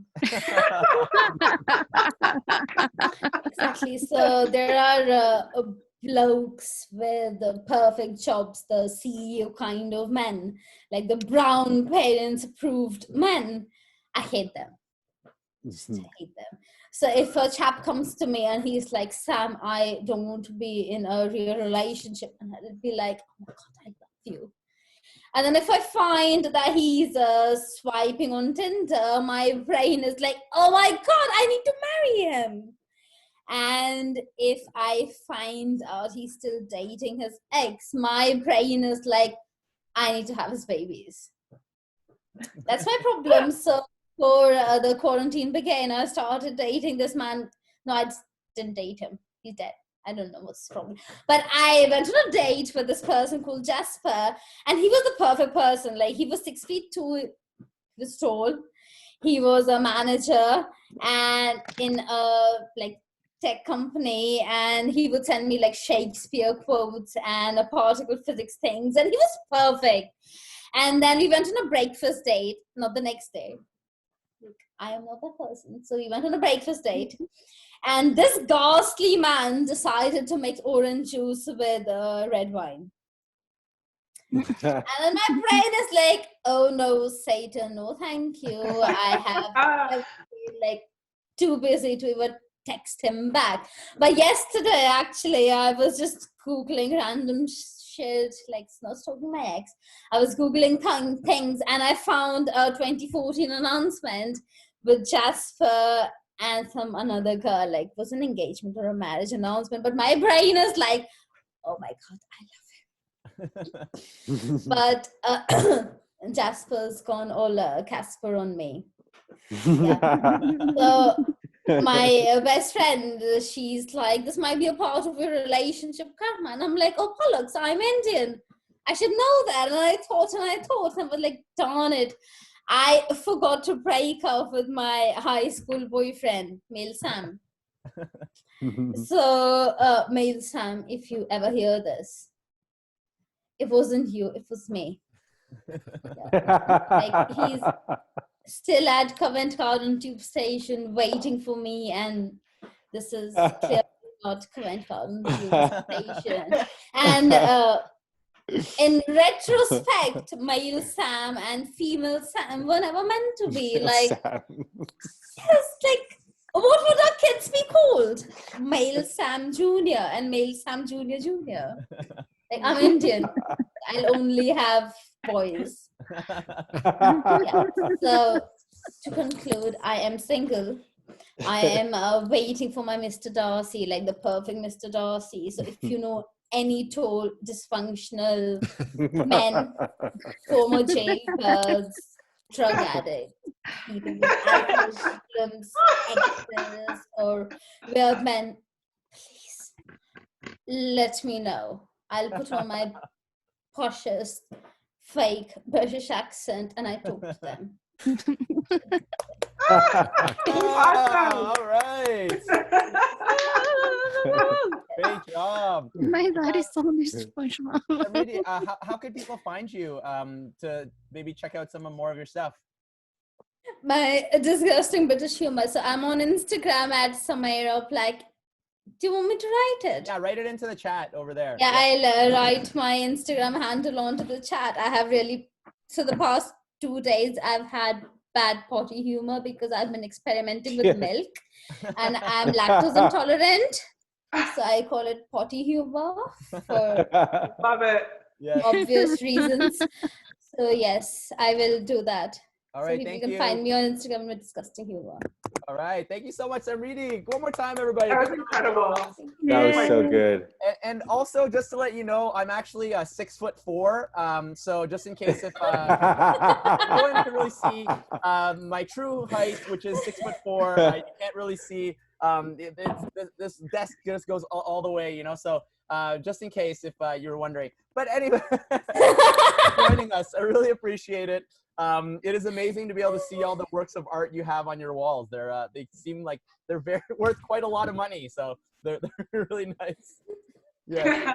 All right. So our okay. Thank you again for joining us. Come visit us again. Our final performer is actually the wonderful host of Flow Fridays, and we mentioned her earlier. And if anybody wants to come and check it out, we've been visiting every week on Fridays. So our final performer, big round of applause right now for Aisha Solstice, everybody. Yeah. Hey, thank you so much for that warm welcome.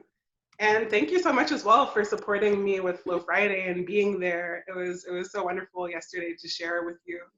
Just so you know, everyone, so we have a different, thank you. So we have a different theme every single week. Last night, the theme was release. And so a lot came up for us. We had a discussion and then we went into our open stage.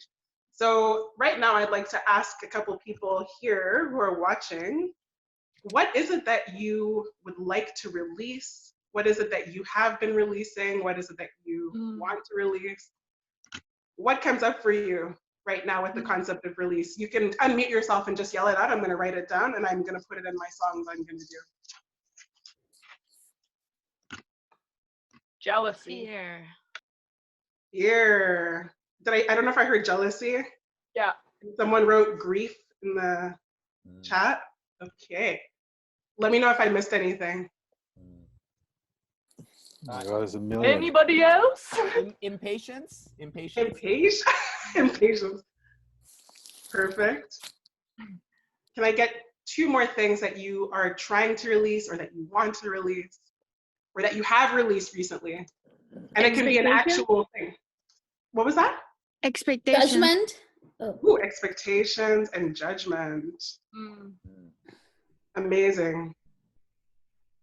And then can you just give me a random word, like anything random, just the first thing that comes to mind.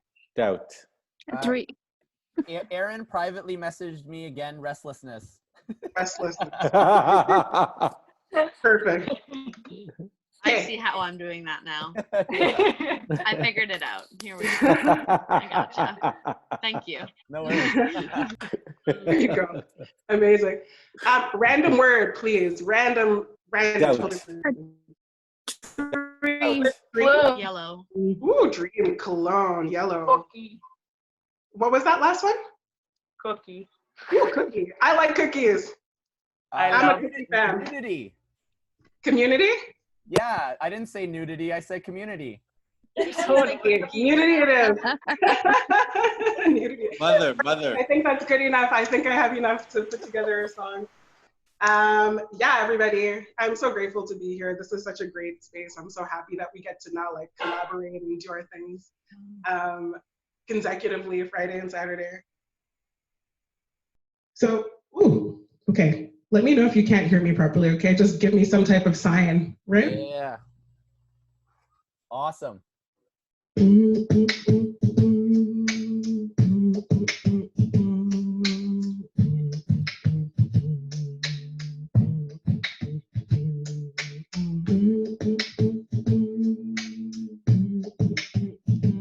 Sounding good?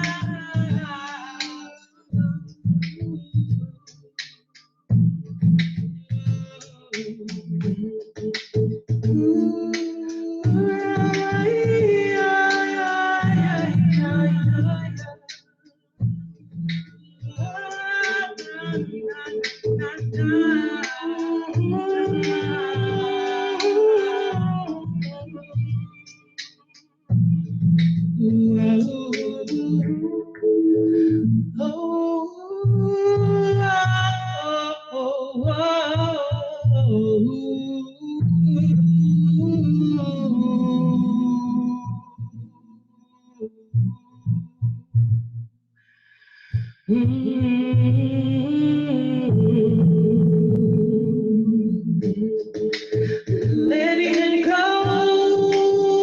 of my fear, so I can be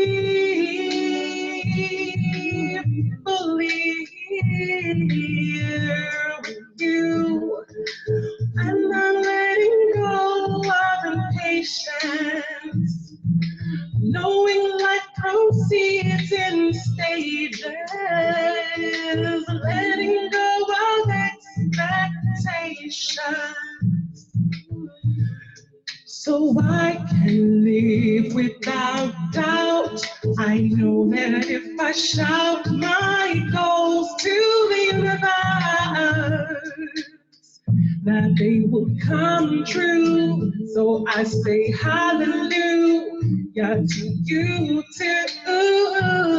Yeah, yeah.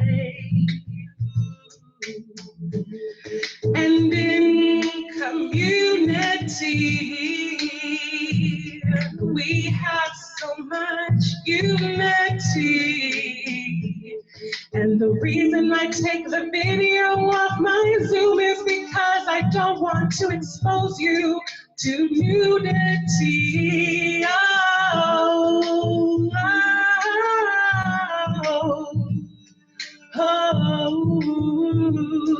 yeah, yeah, yeah, yeah.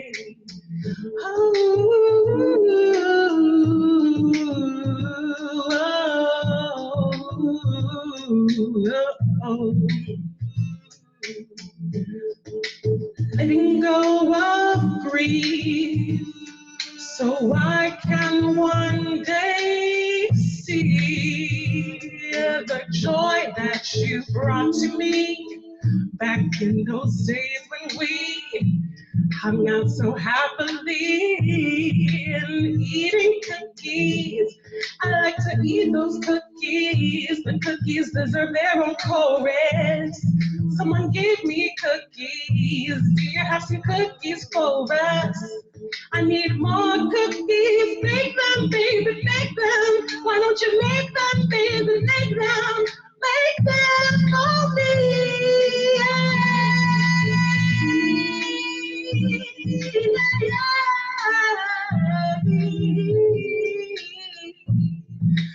Cookies take me to church. Ooh.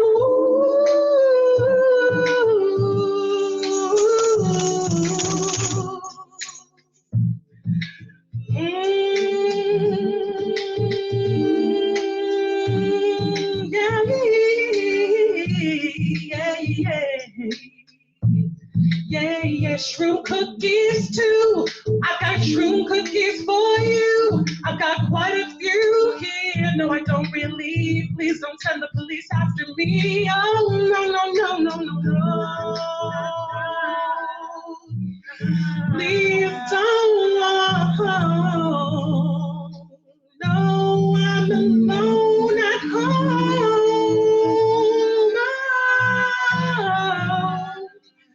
Can you smell my cologne?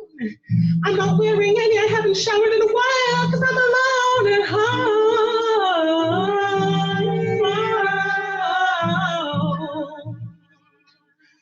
Ooh, I'm alone at home.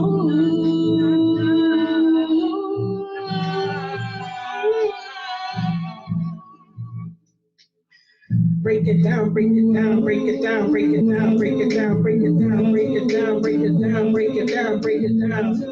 Oh, oh, oh, oh, oh, oh, oh, oh. Letting go, letting go, letting go.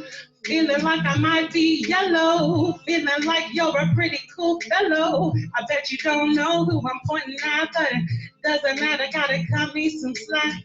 Here we go, gonna hit you with a rap. 1, 2, 3, here we go. Bring back the nudity. 1, 2, 3, and then you know that all the cookies were so good, they were baked well. And you know that everybody here can tell. Yes, I'm talking about Adrian, of course. And you know that I cannot not force what is coming through me. Yo, this is the flow, got that flow coming through me. And everybody here knows that, yo, this is the FreeFlow show. And you know that we gonna go. Ooh.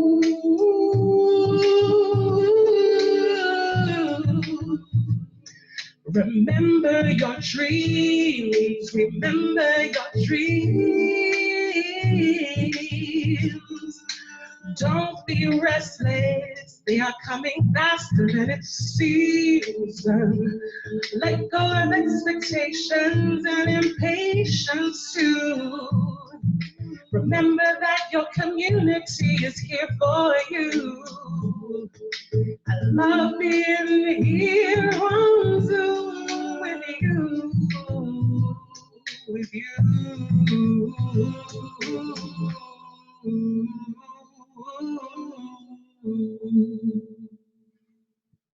Yes.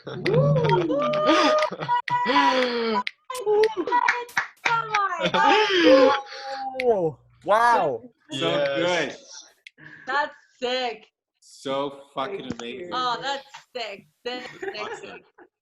That was Thank you so very much, everybody. Thank you so much. So good. Woo, super. Yeah, star. I really want to invite you to please come on a Friday to Flow Friday. Yeah, we'll come. You know, the people who produce this beautiful, beautiful showcase that we're on right now, they are so supportive, and they've been, you know, coming out whenever they can to support me, and I really appreciate it. If anyone here who hasn't had a chance to come out to Flow Friday, please do give it a try. You can follow me at solstice.aisha. It's actually, I think it should be written there, at solstice.aisha.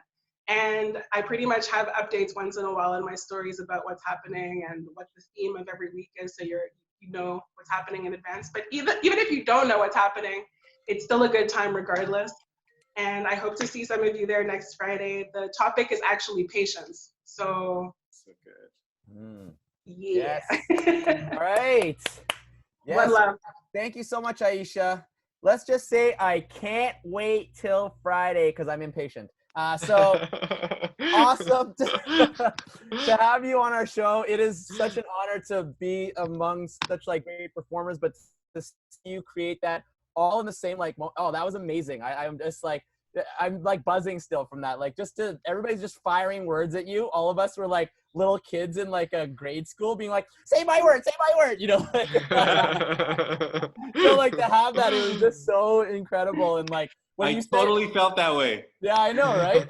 And when you said nudity, I wasn't even drinking something, but I spit out my drink. Just to spit it out to be like, oh my God, that was great. So I wanted to say though, I'm so grateful that we have this open mic now. We are going over time right now, so we do have to close up the show. But a really quick shout out to our friend Shavar, who just came in the room. We aren't going to be able to get you on the show, but please check out his new music video. Holy shit, it was good. Like just the animations in it was amazing. If you get to check it out, definitely check it out. A huge shout out to him. It's so amazing to be able to see Toronto performers and creators be able to make such like innovative stuff, and it's just great to be able to have you guys as part of the community. We aren't shutting the room down, but we do have to close the show up. Once the show kind of finishes, we are going to be sticking around for a little bit longer if anybody wants to have a chat or hang out and stuff like that. So thank you guys again for doing the show. A big shout out to all the performers who are on today. A thank you guys for many reasons, but mostly just your vulnerability and to be able to just be yourselves. Like that's what we really want in this community, is to be able to bring out, not to bring it back to nudity, but for you to be like bare, you know, like we want you guys to like, not physically, but like bare yourselves, you know what I mean? All right, here we go.